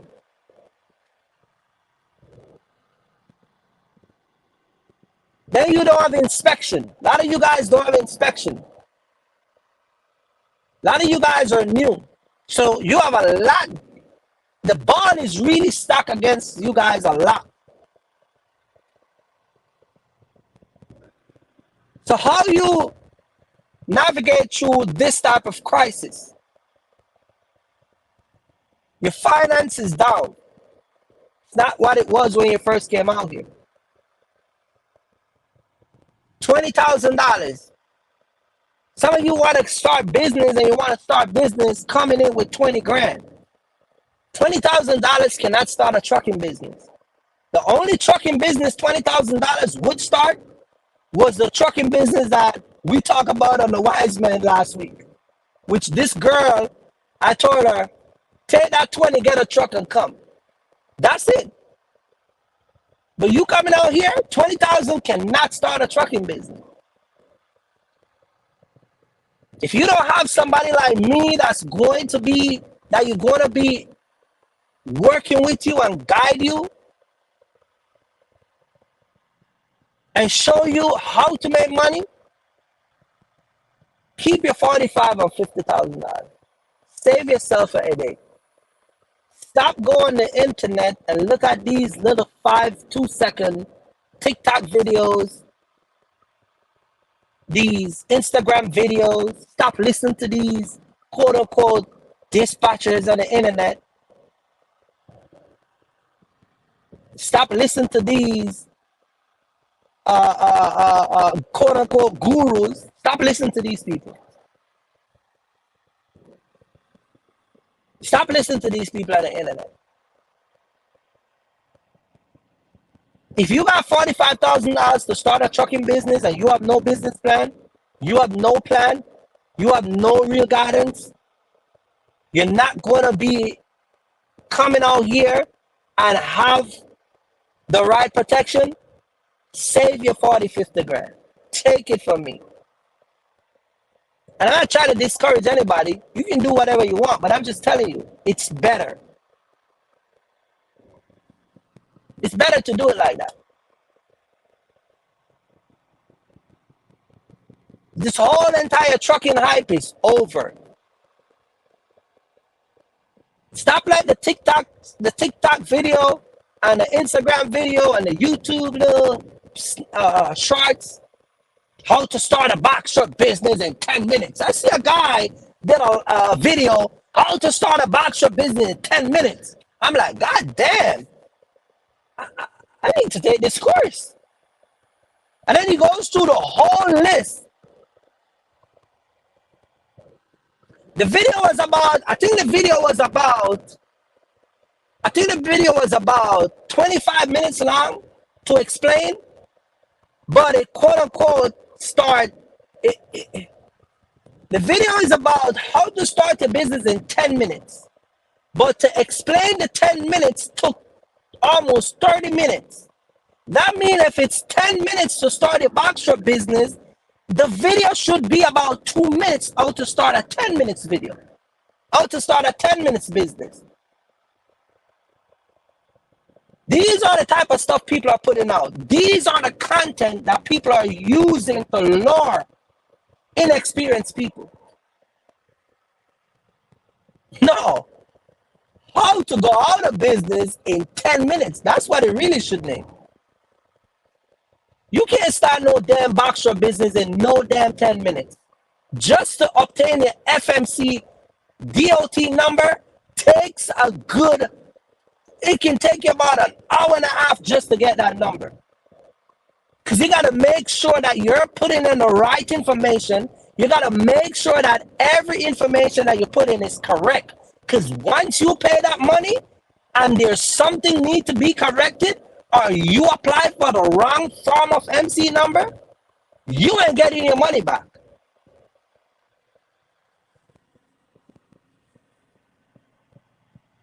You apply for your EIN number and you don't put the right, whether it's an LLC, C Corp, whatever, you don't put the right information in, and they send it that number, you can have a time of your life. But see, some of you guys, you watch these content creators, like, yeah, Mark and Kirk, they take too long. I'm going to just go with a guy that say it can be done in 10 minutes. Cool. Let me say this to you guys. Ask yourself this question. If somebody explains something to you, that's going to be a shorter version of a person that explained the same thing to you, that's going to be a longer version. Just ask yourself this question. I take the shorter version. How come I don't have the accomplishment as the person who explained it, the longer version? Let's ask yourself that question. Oh, you don't understand? Let me do it a different way. Guys who tell you how to be successful in trucking, look at their success. They explain their success, the way they start up. They explain it shorter, quicker, and much easier. Yet they don't have the success as the person who do it the correct way. Ask yourself that question. Ask yourself, why is that? In other words, a YouTuber that started a year ago, ask yourself, why he only have one truck, yet he portray himself as being one of the most successful YouTubers on the internet. You got guys who never been in a truck. These are the stuff that you need to start paying attention to. Those are the signs you need to start look at.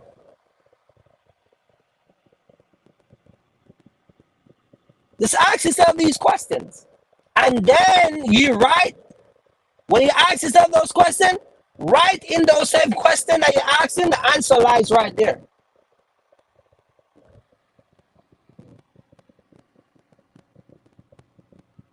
Be careful who you take information from. We can't stress that. We're constantly saying it. Be careful of the people you take information from. Be very, very careful. Be very careful.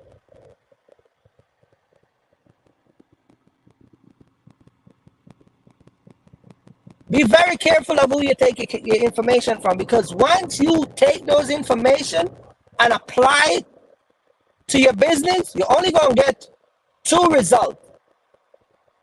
You're only going to get the result where you're running in the red, which is your loss, or you're going to get the result where you're running in the positive, which is profit.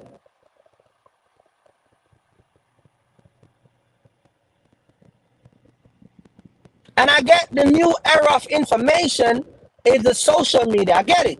Everybody's on the internet. Everybody's talking about all sort of business.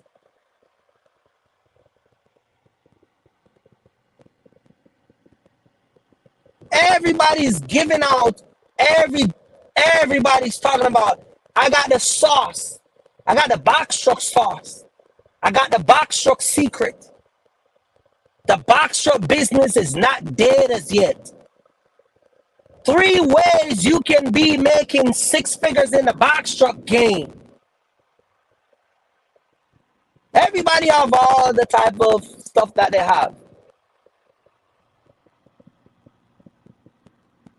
And that's how they get you. So you got to ask yourself this question. Who you really need to take the information from is the people that are actually seasoned in this business, doing this business for a very long time and understand the ups and downs of this business. I have been doing this. Listen, guys, you guys who watch my channel, Devante, Daniel, a lot of you guys, Lou Jackson, a lot of you guys who watch my channel, you guys who watch my channel from the day you see me come on this live, from the day you guys see me putting out videos, you guys never, you never see me come on these live, never see me talk certain things, never see me come out, never see me come on these live and said anything in this box truck business is hurting me. Never. You never hear me say that.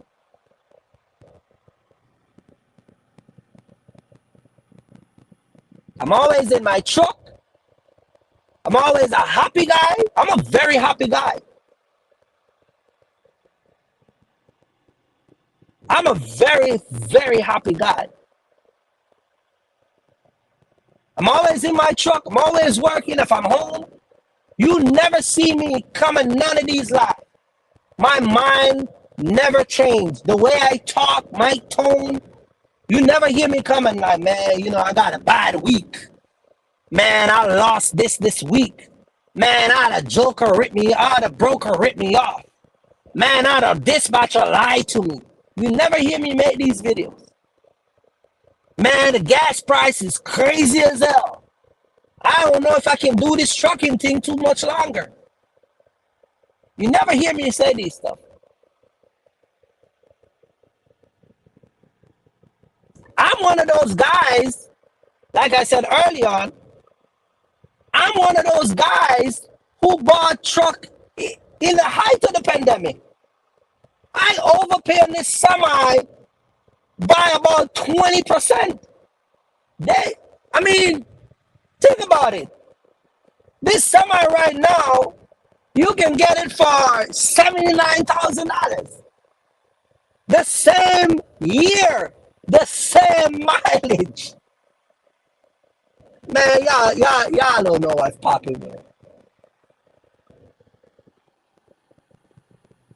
I bought this truck high, and a year later, thank God, a year later, between the truck and the trailer, listen, I was talking to Mark about this the other day. I spent over $7,000 in 1 year on this truck and trailer. And in that 1 year, I pay off my trailer.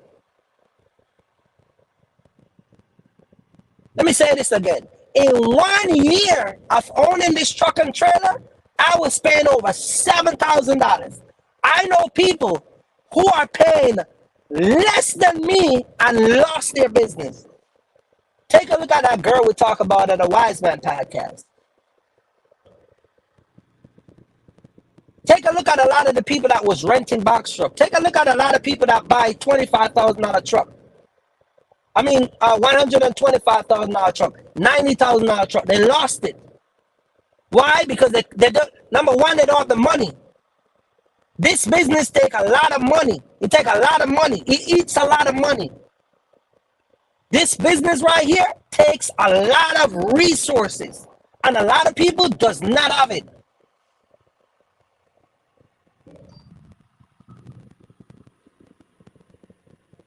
You buy one of these semi-truck, you ain't gonna buy one of these. You ain't gonna talk about you gonna buy a set. Yeah, Kirk, I'm gonna come in the semi game. See, once somebody come and say it's a game, I know you ain't gonna be here for too long. You come, yeah, I'm gonna do this, I'm gonna do that. 70, let's say 79,000. The bank slap another 15,000 on top of the 79,000. That's interest.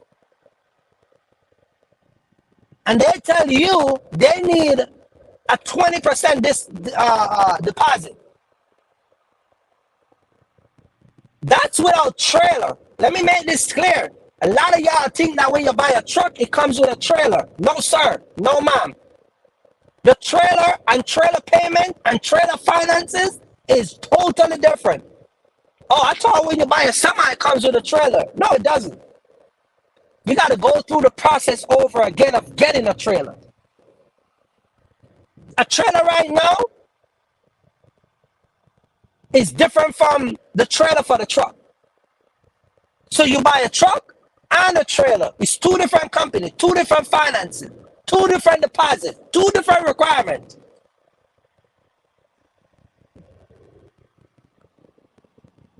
So when you guys come out here and you buy one of these $79,000 truck and you said, Kirk, you're fresh, I'm ready to roll with you, and you got $5,000 in your truck, in a bag, stay home with your money.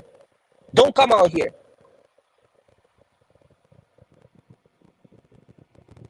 When me and Kenisha, my wife, was going to go and buy this semi, and we look at our books, and we look at the money that we have in positive, earned income, we got money that we put aside for the business, we look at money that we can invest in this trailer, in this truck, we look at the money that we're going to make from running this trailer within a year. We finance this truck for 4 years.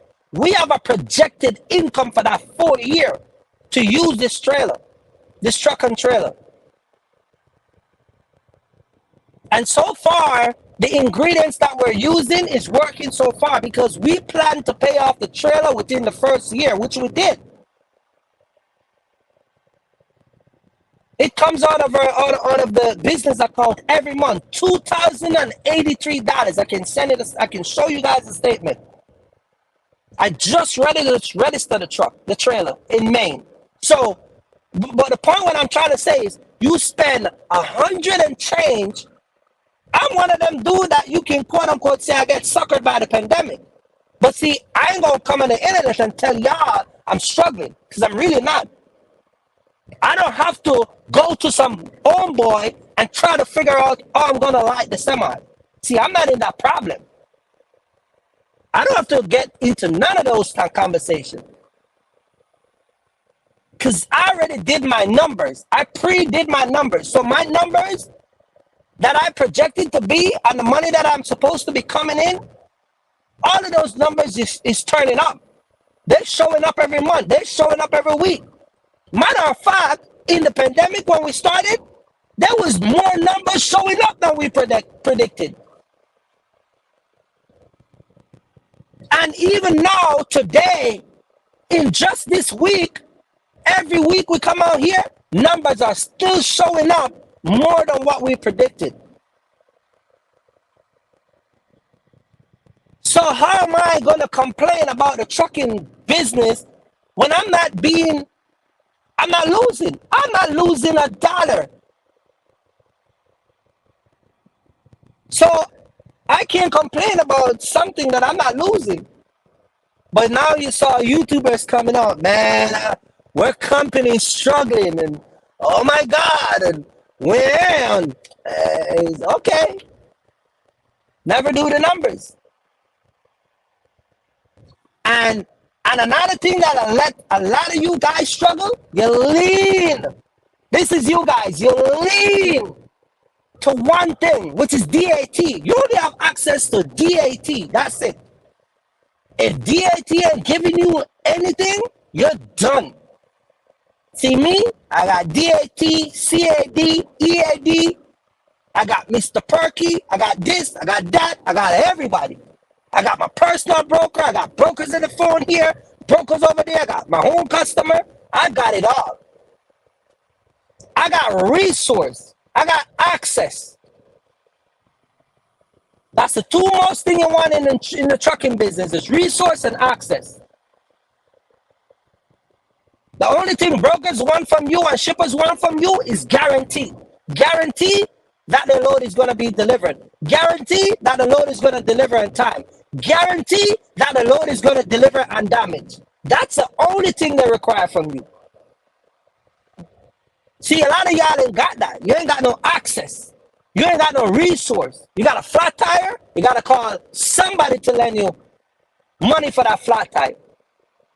You got to go in your saving, your 401k. You got to take out, I got people who said they got to take out money out of their 401k to fund the box truck business.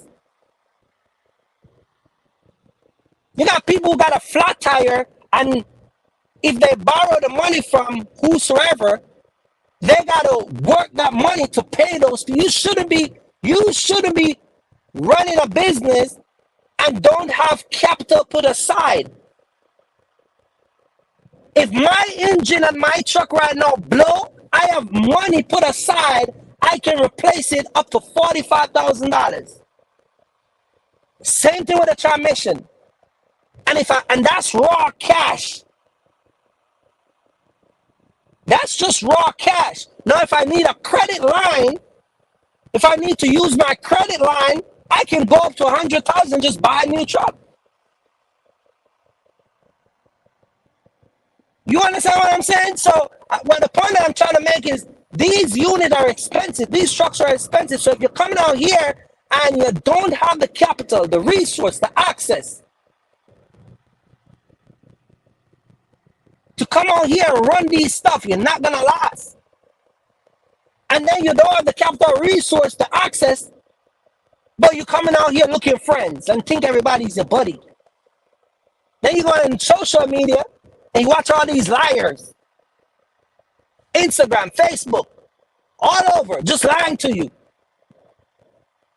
See, I don't have those issues. I never had those issues.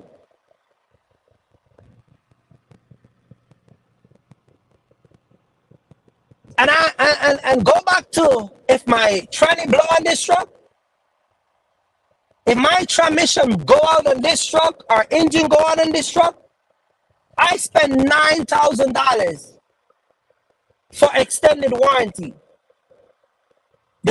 I spend $9,000 just on the engine and the transmission for the warranty. I think it was $9,800 and change. And then I spend an additional warranty for electrical stuff. That means, and my DPF. So that means if I have a DEF system problem, any electrical issue at all with this truck, it comes up to be over almost $15,000 in warranty.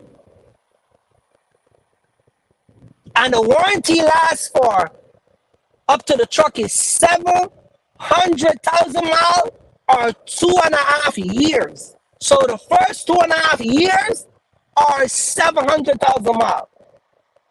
And it's an extended manufacturer warranty, not them riff-raff warranty company that you gotta go import a couple Jamaicans so we can show up at their corporate company. Not those companies. I don't deal with them.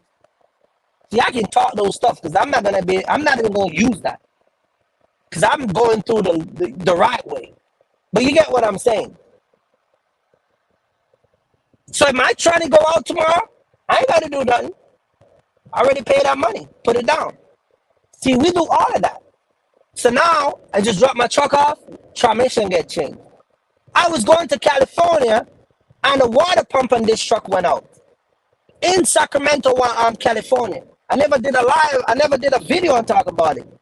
The water pump on this tractor trailer was $1,400 to put it on in California.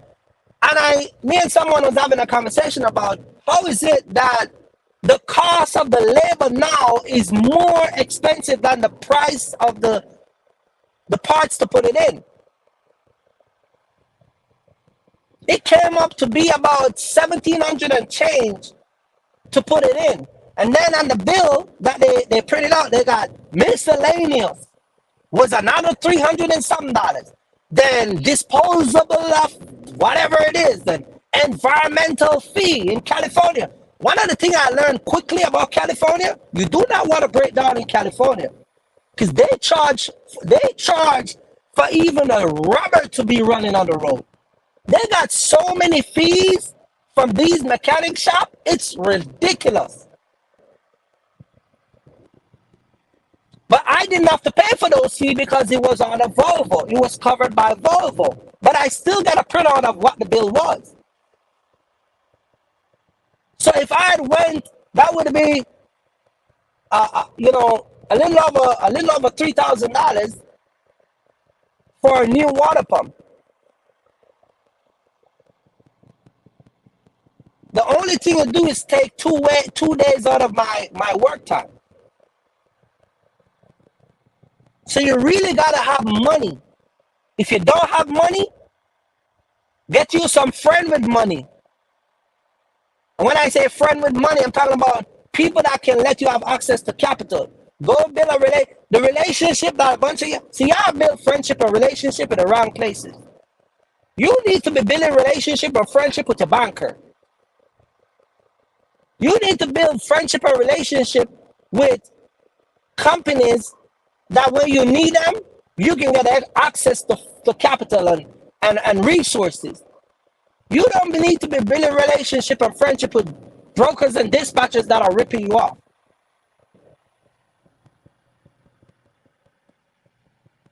Those are the type of friendship I build. You need to have some friends that you can call. I can call my boy Mark right now and say, Mark, hey man, I can call Mark, Tony, Ray. I can call anybody. I can give you a list of people I can call. I can say, hey man, let me $15,000. I'm in Chicago, bro, and I just something just pop, and bring let me get 10 grand. Soon as I get back to PA, I got you. Mark will show up, boom, here you go. I got Tony, Michigan, same thing. Hey Tony, can I? All right, man, I got you. I got people in Dallas. I got family member. Got all type of people. I got my brother. See what I'm saying? That's resource. But I don't use those things because I don't need them. But guess what? I have it. It's better to have it and don't use it than don't have it at all. That's why we was trying to explain to the young girl on the live last week, why are you trying to get a Class B license when you just can go get an A and have an A instead of get a B? Because what happened is, when you get a B, opportunity for A is going to show up. And then you're going to say to yourself, shoot, I should have just go get an A and done. Instead of now I'm stuck with a B. So now you spend waste time when you could have just go one time and get the right thing. I don't know why so many people have a problem shooting to the top. Why there's so many people have an issue just go get it. Why is it so hard and so much people waste time to shoot to the top? Let's go get the best of the best and done. I jumped from a regular license to a Class A. I would never advise nobody to leave from a regular license, go get a B. I know people that have a Class B license, and I told them to go upgrade and get an A. Always shoot to the top. That's how you're going to stay in business. Stop spending 2-3 times on one thing. So, again, you have to understand those stuff.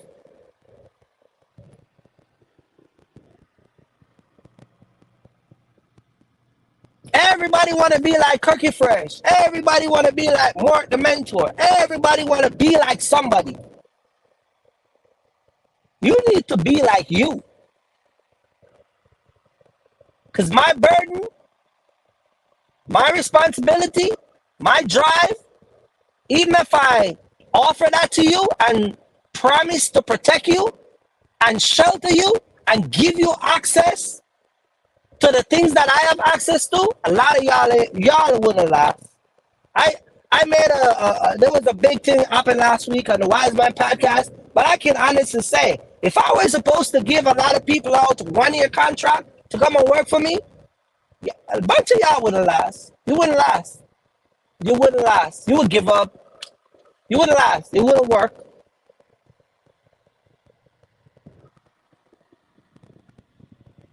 It wouldn't work. It wouldn't last.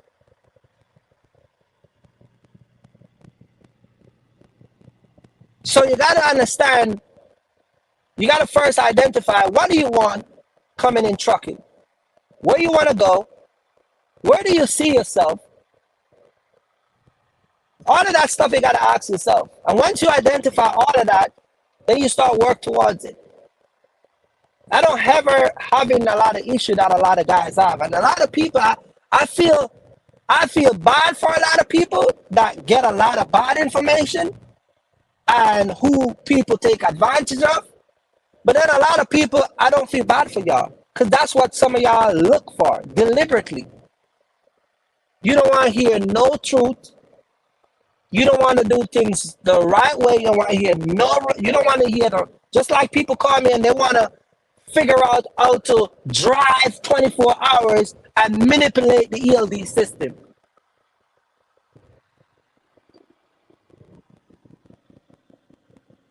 You know how you want me to tell you how to go around that? Yeah. Cookie Fresh, tell us how we can go around it. Don't drive at all. Don't drive at all. Don't come out here. That's how you go around that.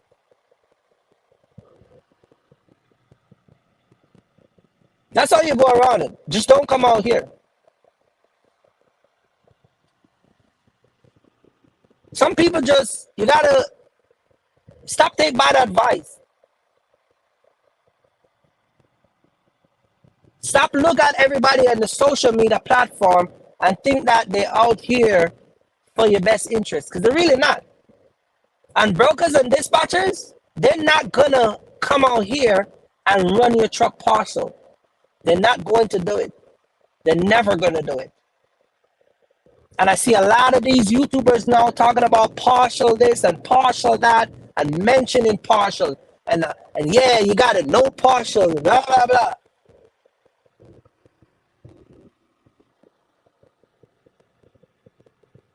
Let me tell you something about partial. It's a science. It's something that I actually developed.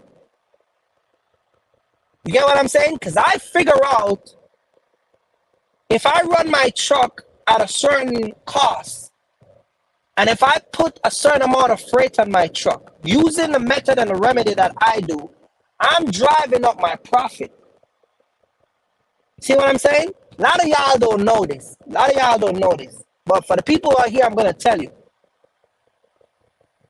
In the pandemic, I paid off 3 trucks. Actually, I paid off 2 trucks, and the one truck. Let me explain. I sold 2 trucks. I paid off 2 trucks. The 3rd truck that I sold, the guy that bought the truck from me, I know him. So we met up at his bank, and he just went in and paid the truck off and paid me the difference, right? But if y'all remember, why I never made video about this. I never made video about none of this stuff. I'm going somewhere. Follow me. I paid off those trucks, right? But if y'all remember, while I was paying off 2 trucks, because I was transitioning over to the semi, I was not only in the process of getting my Class A license, but I was also in the process of buying a semi. So when I pay off my 2017 and 2018 truck, the 2 26-foot box truck that I got, I still turned around and bought a 2022. When I get the 2022, those of you who follow my channel, if you remember, it was sitting down at Morgan parking lot, and I was making payment every month. And so I decided to go get that truck. Now I spent $21,000 to put a used box on that truck, and then I sold that truck. Follow me. I paid off 2 trucks in the pandemic. I purchased one. I end up spending money to put a box on it while I was making monthly payment. You see what I'm telling you? You gotta have capital. That's what I'm trying to teach you. You gotta have capital. You gotta have resource. While I was doing all of that, I was going to school. So I was going to school, selling and buying truck, and then after I finished my Class A license school, I went and purchased a truck.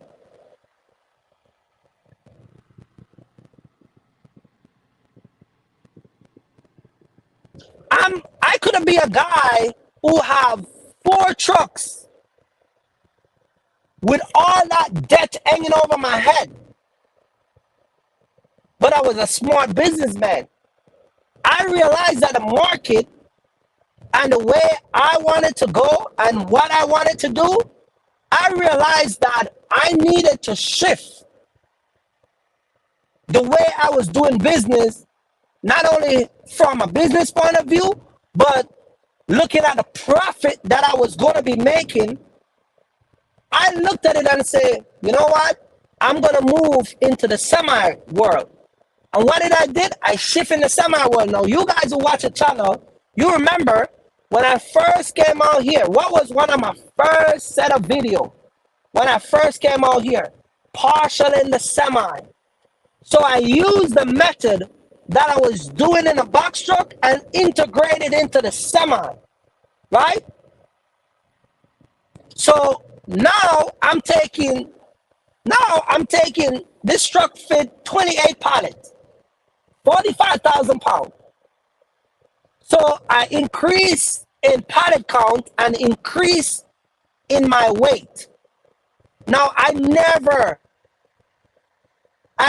can say maybe like 3 times or 2 times, not never. I think 3 or 2 times I ever put 45,000 pounds in this truck. My average weight on this truck is always maxed out to 37,000 pounds. Now, if you go back and watch this old partial thing, I integrate the partial from the box truck into the semi. So if I was making, let's say I was making $7,000 in the box truck doing partial. Now I'm making way more money in the semi. So what I see is a lot of YouTubers are now talking about partial. And yeah, you got to do partial to stay out here. Right. See, here's the difference with me and those YouTubers. I don't just talk. I show you what I'm doing. That's why I said all the time, history is best qualified when it's documented.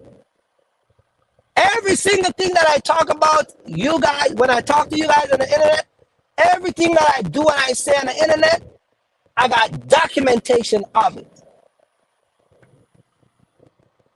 Partial in the box truck, partial in the semi.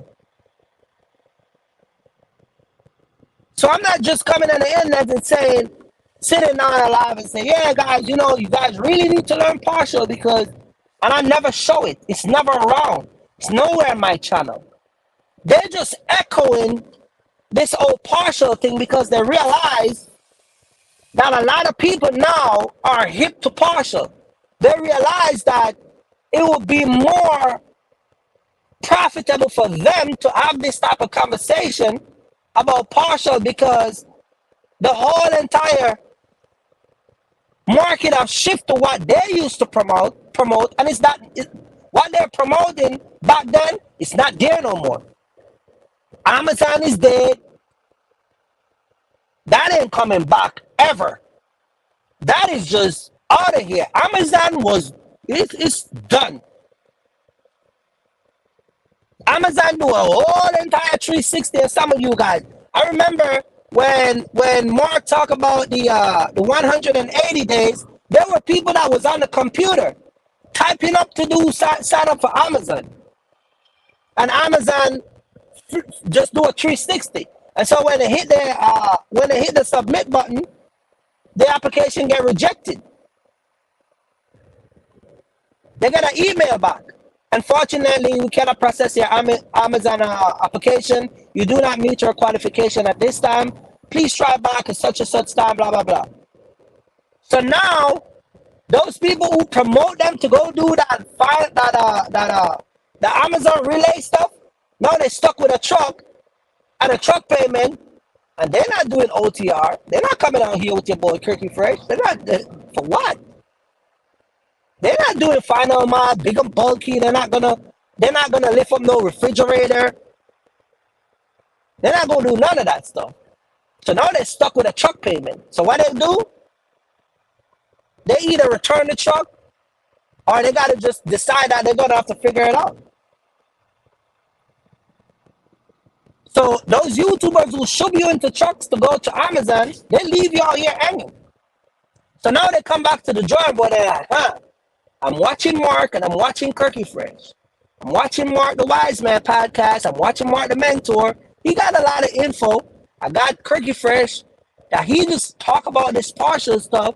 And by watching this video, stuff makes sense. So here what we gonna do. Let's talk about partial. And so the new thing now is, yeah, you gotta get partial. But here's the thing though. It's fine. You can get partial all day long. You can talk about it on your channel. Cool. You see what I'm saying? It's cool. But here's the thing that they don't have that I have. I got the sauce, the ingredients. I got the remedy. I got the ins and the outs. They're sitting down telling you that partial is hard to do. It's not hard to do. It's not hard to do. It's hard to do when you don't know what you're doing. But it's not hard to do. I'm the only YouTuber single-handedly, constantly posted video on my channel. Not even in the semi world. Go check it out. I'm the only YouTuber who posts video, whether it's in my box truck or in my semi. I'm the only YouTuber posted partial. No other YouTuber done that. And I'm not even talking about one partial. I'm talking about multiple stop on the truck. If you find a YouTuber that does it, find a guy. I'm going to put a bunty up on his head right now. Anybody watching this live, I'm putting a bunty out right now. We're going to put a bunty out. $10,000. I'm going to start at 10 grand. If you find the next YouTuber that does partial, your boy Kirky Fresh is putting a bunty on his head right now. Send me the link to the channel. And I'm going to pay you. You find him, and I'm going to pay you. Partial in a semi or partial in a box truck. Just find a YouTuber. So a lot of time when you guys will see these guys copy and paste what the real people are doing, they'll copy and paste and echo what we're saying and what we're doing. But the ingredients, the whole structure, they don't have the radius. First of all, let me explain some of the ingredients for partial. Let me give you some easy gems. Let me give you. To execute partial, the number one thing you're gonna have to learn is your radius. Uh-oh. Tell it to them, Kirk. Uh-oh. That's the first thing you're gonna have to understand is your radius.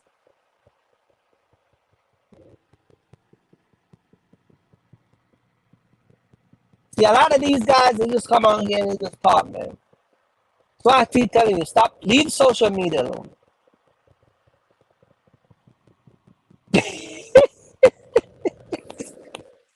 Mark the Mentor said it's about your $10,000. So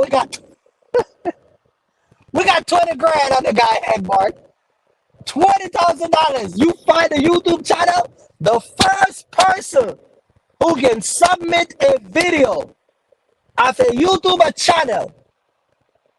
I'm putting 10 and Mark putting 10. We're matching it. You go find it and send it to us. You see what I'm saying? We'll give you 20 grand. That's easy money. You see what I'm saying? So, guys, this is what I'm saying.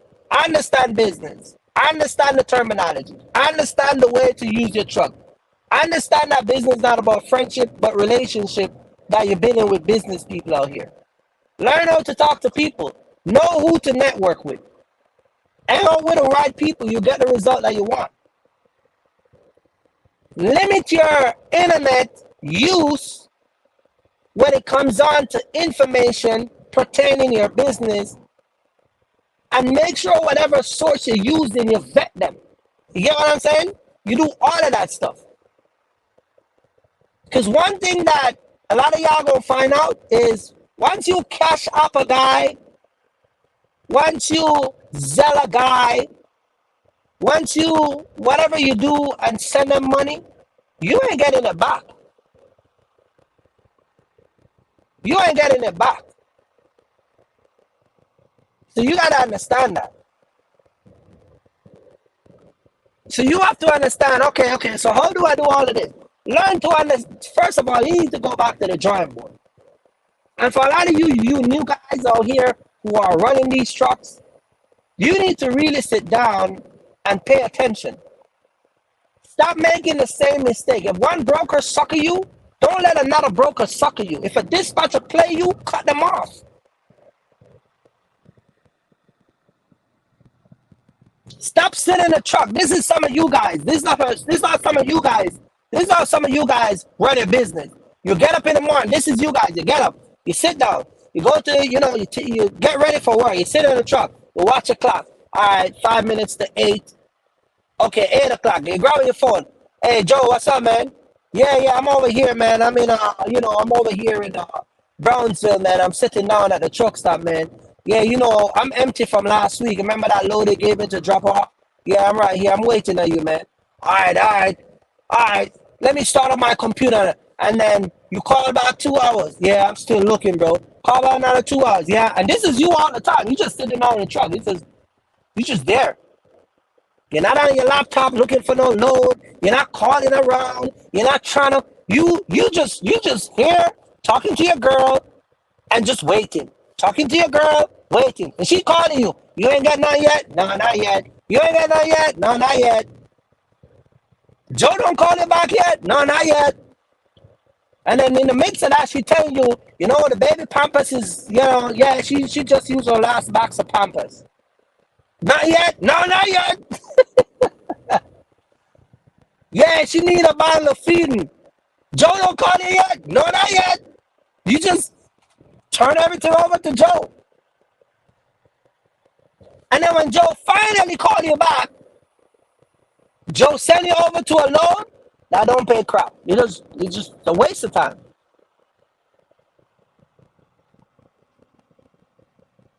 See, I never give my rights up like that. Never. I never give my rights up like that. Me, I call Joe and 15 other people. I'm on the board. I'm on like 5. I should have shown you guys. I had my laptop when I was scheduling this lot this morning. I must have closed about 15 pages. So when I'm searching for load, I'm on multiple pages. Especially when I'm mentoring guys and they're running for me, I got like 15 different load board that I'm using.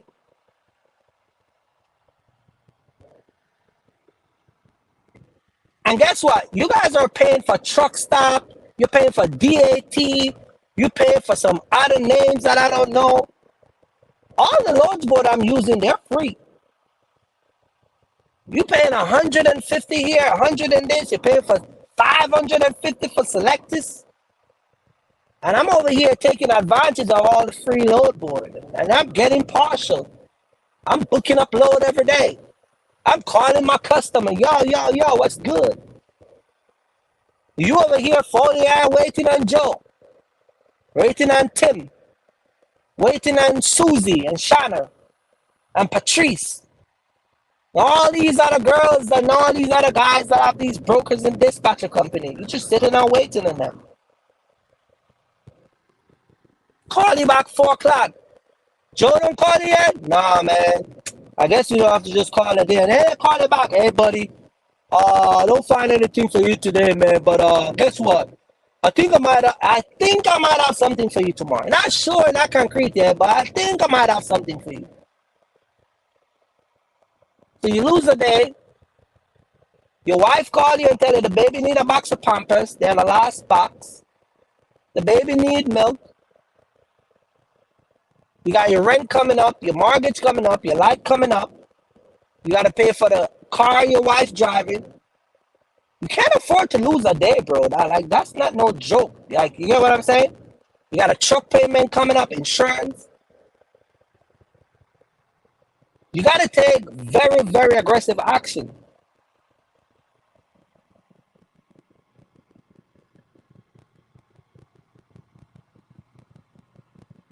So you got to focus on what you're doing. You got to make sure that you take care of you. Stop leaving all of that responsibility into one person's hand. I'm running out here. I'm good. I put guys on. Listen to this. I put guys on and help guys sign up with brokers that don't even take new authority and have them running out of those guys. And those guys are going to Chicago. They're going into St. Louis. They're going out to Dallas. They're coming over into Pennsylvania. Serious Lane can tell you. He take advantage of all of them. Tony can tell you. These guys come out here. Virginia. We got Traffic Tech. We got Brandy in St. Louis. We got Joe over in Chicago. Got a huge warehouses. Ship out load every day. Yeah, Kirky, let me get his number. Doesn't work like that. See what I'm saying? Got these guys that Mark can tell you. Mark the mentor. He can vouch for me. I come to Chicago and I'm busy in Mark City. Ask him. Mark, yo, we can meet up later. Mark, I'm working, man. I don't know. I'm picking up some load right now. I got 3 pickup. I was in Chicago a few weeks ago. I was in Chicago picking up and delivering. I pick up a load in Chicago while I was dropping off a load in Chicago, and then I left them from Chicago, go to Ohio. Mark can tell you, I get busy everywhere I go. Some of you guys are going to these major cities and getting stuck.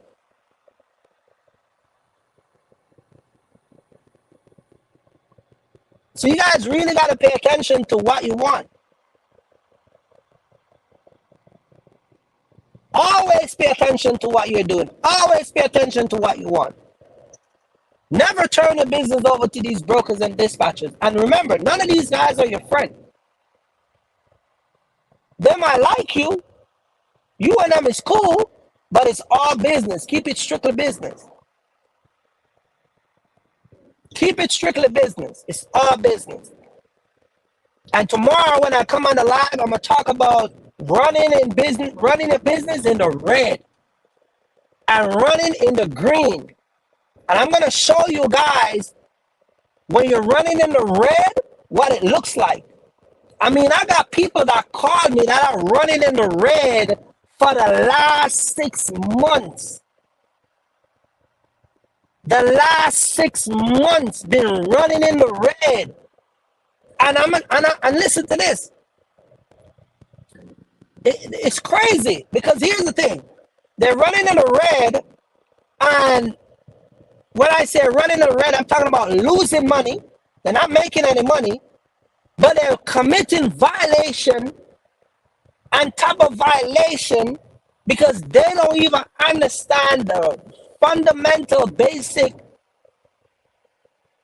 information that they need to be even operating their truck. People are running out of time, not doing their pre-trip, not doing their post-trip, not documentation, not documenting stuff that is wrong with the truck, not putting in the correct information in their ELD. People are coming out of their pocket, losing money to these brokers delivery, paying for brokers delivery, not getting their money back. That's the type of stuff I'm going to talk about tomorrow. And then I got another set of guys that are running in the green. You know, the guys who take their time, You know the guys who don't just follow those YouTubers who just like to talk? You know the guys who once was an OTR, but then now they run into me and Mark. They actually leave from OTR and now doing the T-Force, the Home Depot. They're now doing local. The guys who are coming in, and instead of coming in with a box truck, they're coming in with a cargo van. They're coming in at a lower cost. The guys who want a semi, who want to come in a big semi truck, but they want to start at a box truck level and work their way up to semi, those guys are running in the green. The guys who have the right size equipment, the right size truck, another thing that let a lot of people run into the red is having the wrong equipment or no equipment at all. Guys who are running a box truck, no lift gate. Guys who are running a box truck, the wrong box size. You can't fit a U-box. Your pallet size cannot exceed over 90 inches because you got a 12.6 or a 12 inch. You know, the wrong equipment.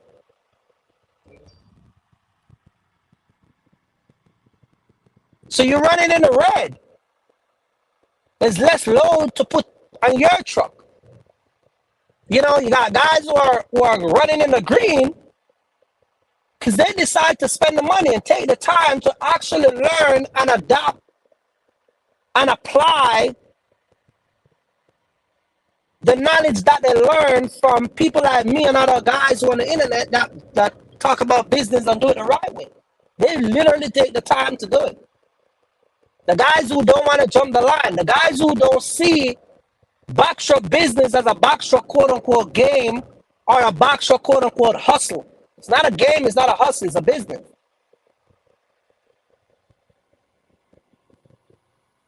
So we're going to show you the result of when you run into the red, and I'm going to show you the result of when you run into green. And if you're watching this live and you have money and you are going to come in this business and you don't want to take good advice, let me give you an advice. Give me your money and I'll invest it for you in the truck. I'll give you a return every month. And you will be equal as much as running your truck out here. How about that? Yeah, give me a 50 grand. I'll make sure you get 1,200 a day. Give me 100,000. I'll make sure you get 2,400 a day. You get what I'm saying? Because all you're gonna do is lose 2,400 a day. You're gonna lose you get what I'm saying? Whatever money you're gonna invest, you're gonna lose it. Invest it in something else. Don't come in a box truck. And if you are a guy who has money and understand the core understanding of the truck and all that stuff, and you're going to invest 50 grand, then by all means, come on in. Come on in. Come over here. We'll show you. Can you make 6-figure in a box truck business? Sure.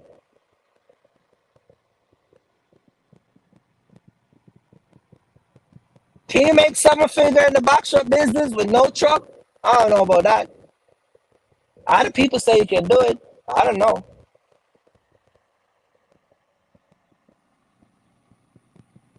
I don't know. I heard people make an outrageous claim. I don't know. But the end of the day is you guys got to take business serious. You got to really take it serious. And like I said, understanding that you're running a business is not a friendship. It's not a friend thing. It's not a friend thing. No hard feelings to you know, your dispatches and stuff, but it's the end of the day, it's business. Once you understand that it's business, you apply that type of method. I never let my guard down. I got a lot of people come on the internet and they say, "Oh, Kirk, I see your channel, man. You the realest dude, man. You know, the next time you come to that, Houston, man, hit me up, man. I'm gonna take you out and treat you, man. You a real dude." That's all good. That's all fine. Thank you for the gesture. I appreciate it. But I never let my guard down. I don't ever let my guard down. Next thing you get a news, a YouTuber was robbed in Houston after he stopped to look for a friend, and he was beat up real bad. Never let my guard down. Never do it. I don't let my personal life go down, and I don't let my business life go down. I don't let none of those lives go. None whatsoever. That's why sometimes people be like, "Yo, but you ain't telling us you're coming to Chicago. You ain't telling us." I'm not gonna come on the internet and tell you guys I'm coming here and there. No. So the ops can know that I'm coming? No, man. So I just wanted to jump on and tell you guys, man, your dispatchers and your brokers, learn to keep it business. Learn to keep it business. Doesn't matter if it's a man or a woman. Learn to keep it business. See what I'm saying? Because once you understand that, then you're gonna make money. If you don't, I had a dispatcher one time told me that a guy, after he signed up with her, book the load for she booked him his first load. His remark to her, and I quote, this was what she told me. His remark after getting his first load from her was, "Oh my God, I felt like you take my virginity." This is what he told her. Let me say this again. She booked him the load, his first load, he signed up today, and his first load was Monday. After he received the rate con, his comment to her, "Oh my God, I feel like you take my virginity." See, you cross the line from business to now, you think it's a buddy thing. You get the point what I'm saying. That's how some of these guys are. You get what I'm saying? No respect, no discipline, no order. Just running your mouth because your mouth is loose. What your virginity got to do with a damn 10 pallet on your truck? Like, I don't see the relationship. Like I don't. Why would you even say that? I don't get it. But hey, and you know what happened? That's the first and the last load. She terminated the contract right away. You get the point? What sleeping in the bed got to do with 12 pallet on a truck? Like, I don't get the concept. Or you getting some JJ got to do with some pallets on the truck? Like, I don't get it. I'm just saying, man. I don't just keep it. Just this is what I'm talking about when I say keep it business. See what I'm saying? Keep it business. Not only keep it business, but keep it professional business. I talk to a lot of female brokers, a lot of female dispatchers.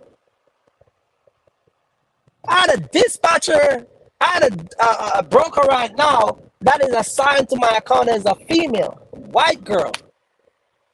I don't get into these type of conversation with them.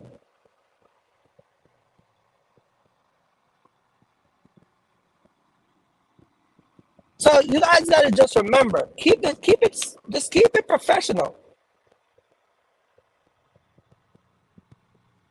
Some of you guys go to these warehouses and you see these women behind these glasses, and they're taking your information and asking you a question, and she got a pretty face, and you see her walking, coming to the glass, she got a nice little body, Yeah, you like all of that stuff.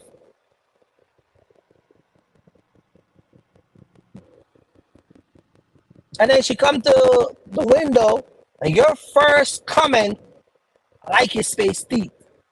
Oh, you got beautiful glasses. Oh, your body is nice.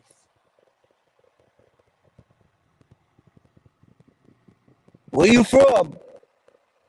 Oh, you got an accent. Where you from? I'm from Louisiana. Oh, yeah. My brother's from there. All right, man. I just want to say, man, you got a nice mouth. You got nice teeth. Like, what I got to do with 12 pound being delivered? Make it make sense to me. I don't know. Maybe I'm missing something. Guys, listen, man. Just keep it professional. All right. There's a lot of women that watch our channel, and they know what we're talking about. I'm like a lot of you guys. I love beautiful women. I got a beautiful wife. I see beautiful women all day long out here. My wife come around with me and see me looking at beautiful women. It's just in the man. Hey, but as far as crossing the line and saying certain things, no. You gotta train your thought. See what I'm saying? Train your thought. So just remember, you're running a business. Unfortunately, the business you're in is trucking. You got to communicate with a lot of people. You got to interact with a lot of people. But also, there's a lot of vultures out here. A lot of people out here that are in shady business, want to scam you for your money, want to take advantage of you. So just keep those stuff in mind. All right? And just remember, man, you're running a business. It's an LLC. You're running a business. You got all these expenses. Make sure that you take care of your stuff. So tomorrow, I'm going to be back live. I'm going to do the live tomorrow because I got to deliver Monday morning. And right now, it's like 12:30. So I think I'm making enough money of my trailer sitting down over that spot. So I'm going to go pick it up. And I'm going to sign. I'm going to make sure I'm going to get my BOL. My in and out time is going to be on the BOL.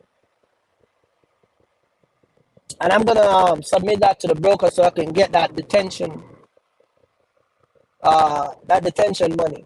All right. It's a huge facility. So, hey. So I'm gonna be there tomorrow. I'm gonna be probably about 7 o'clock.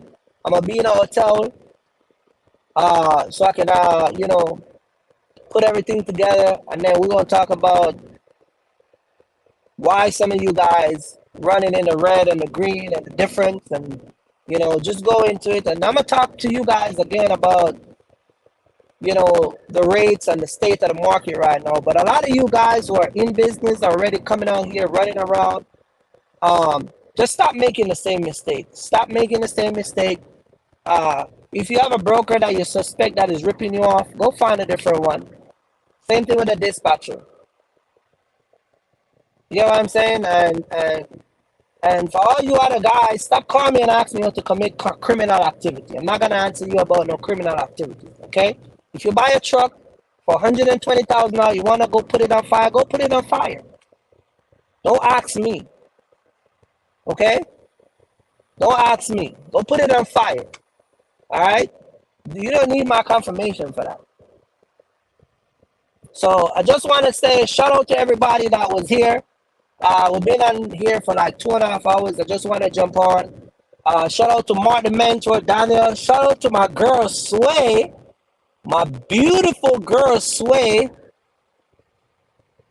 She's not my girl. She's just, Shout out to Lou Jackson.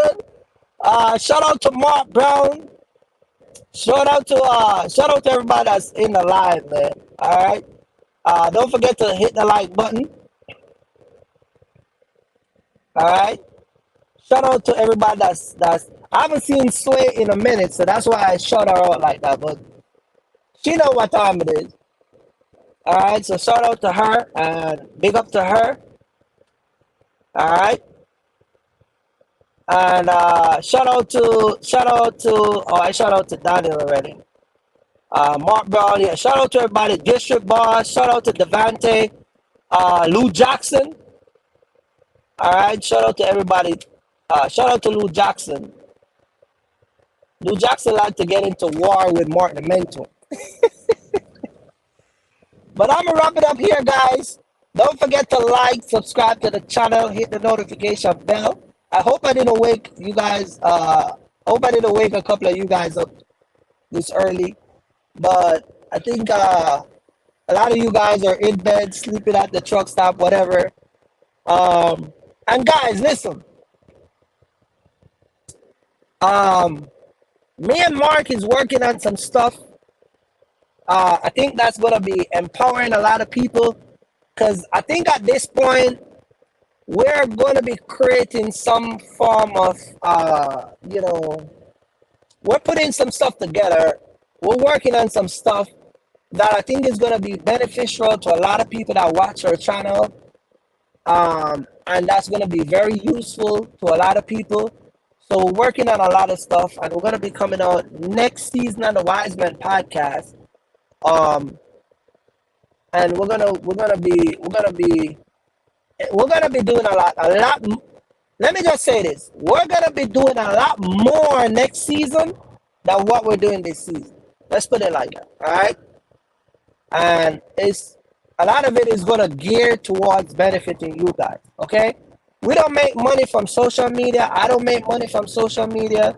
I'm not on social media. I mean, I'm on Instagram, but what I mean by make money from social media, I'm not one of those guys who are actively on social media. I don't even post a lot of, I don't have a TikTok. I do have an Instagram, but I'm not aggressively on social media. You get what I'm saying?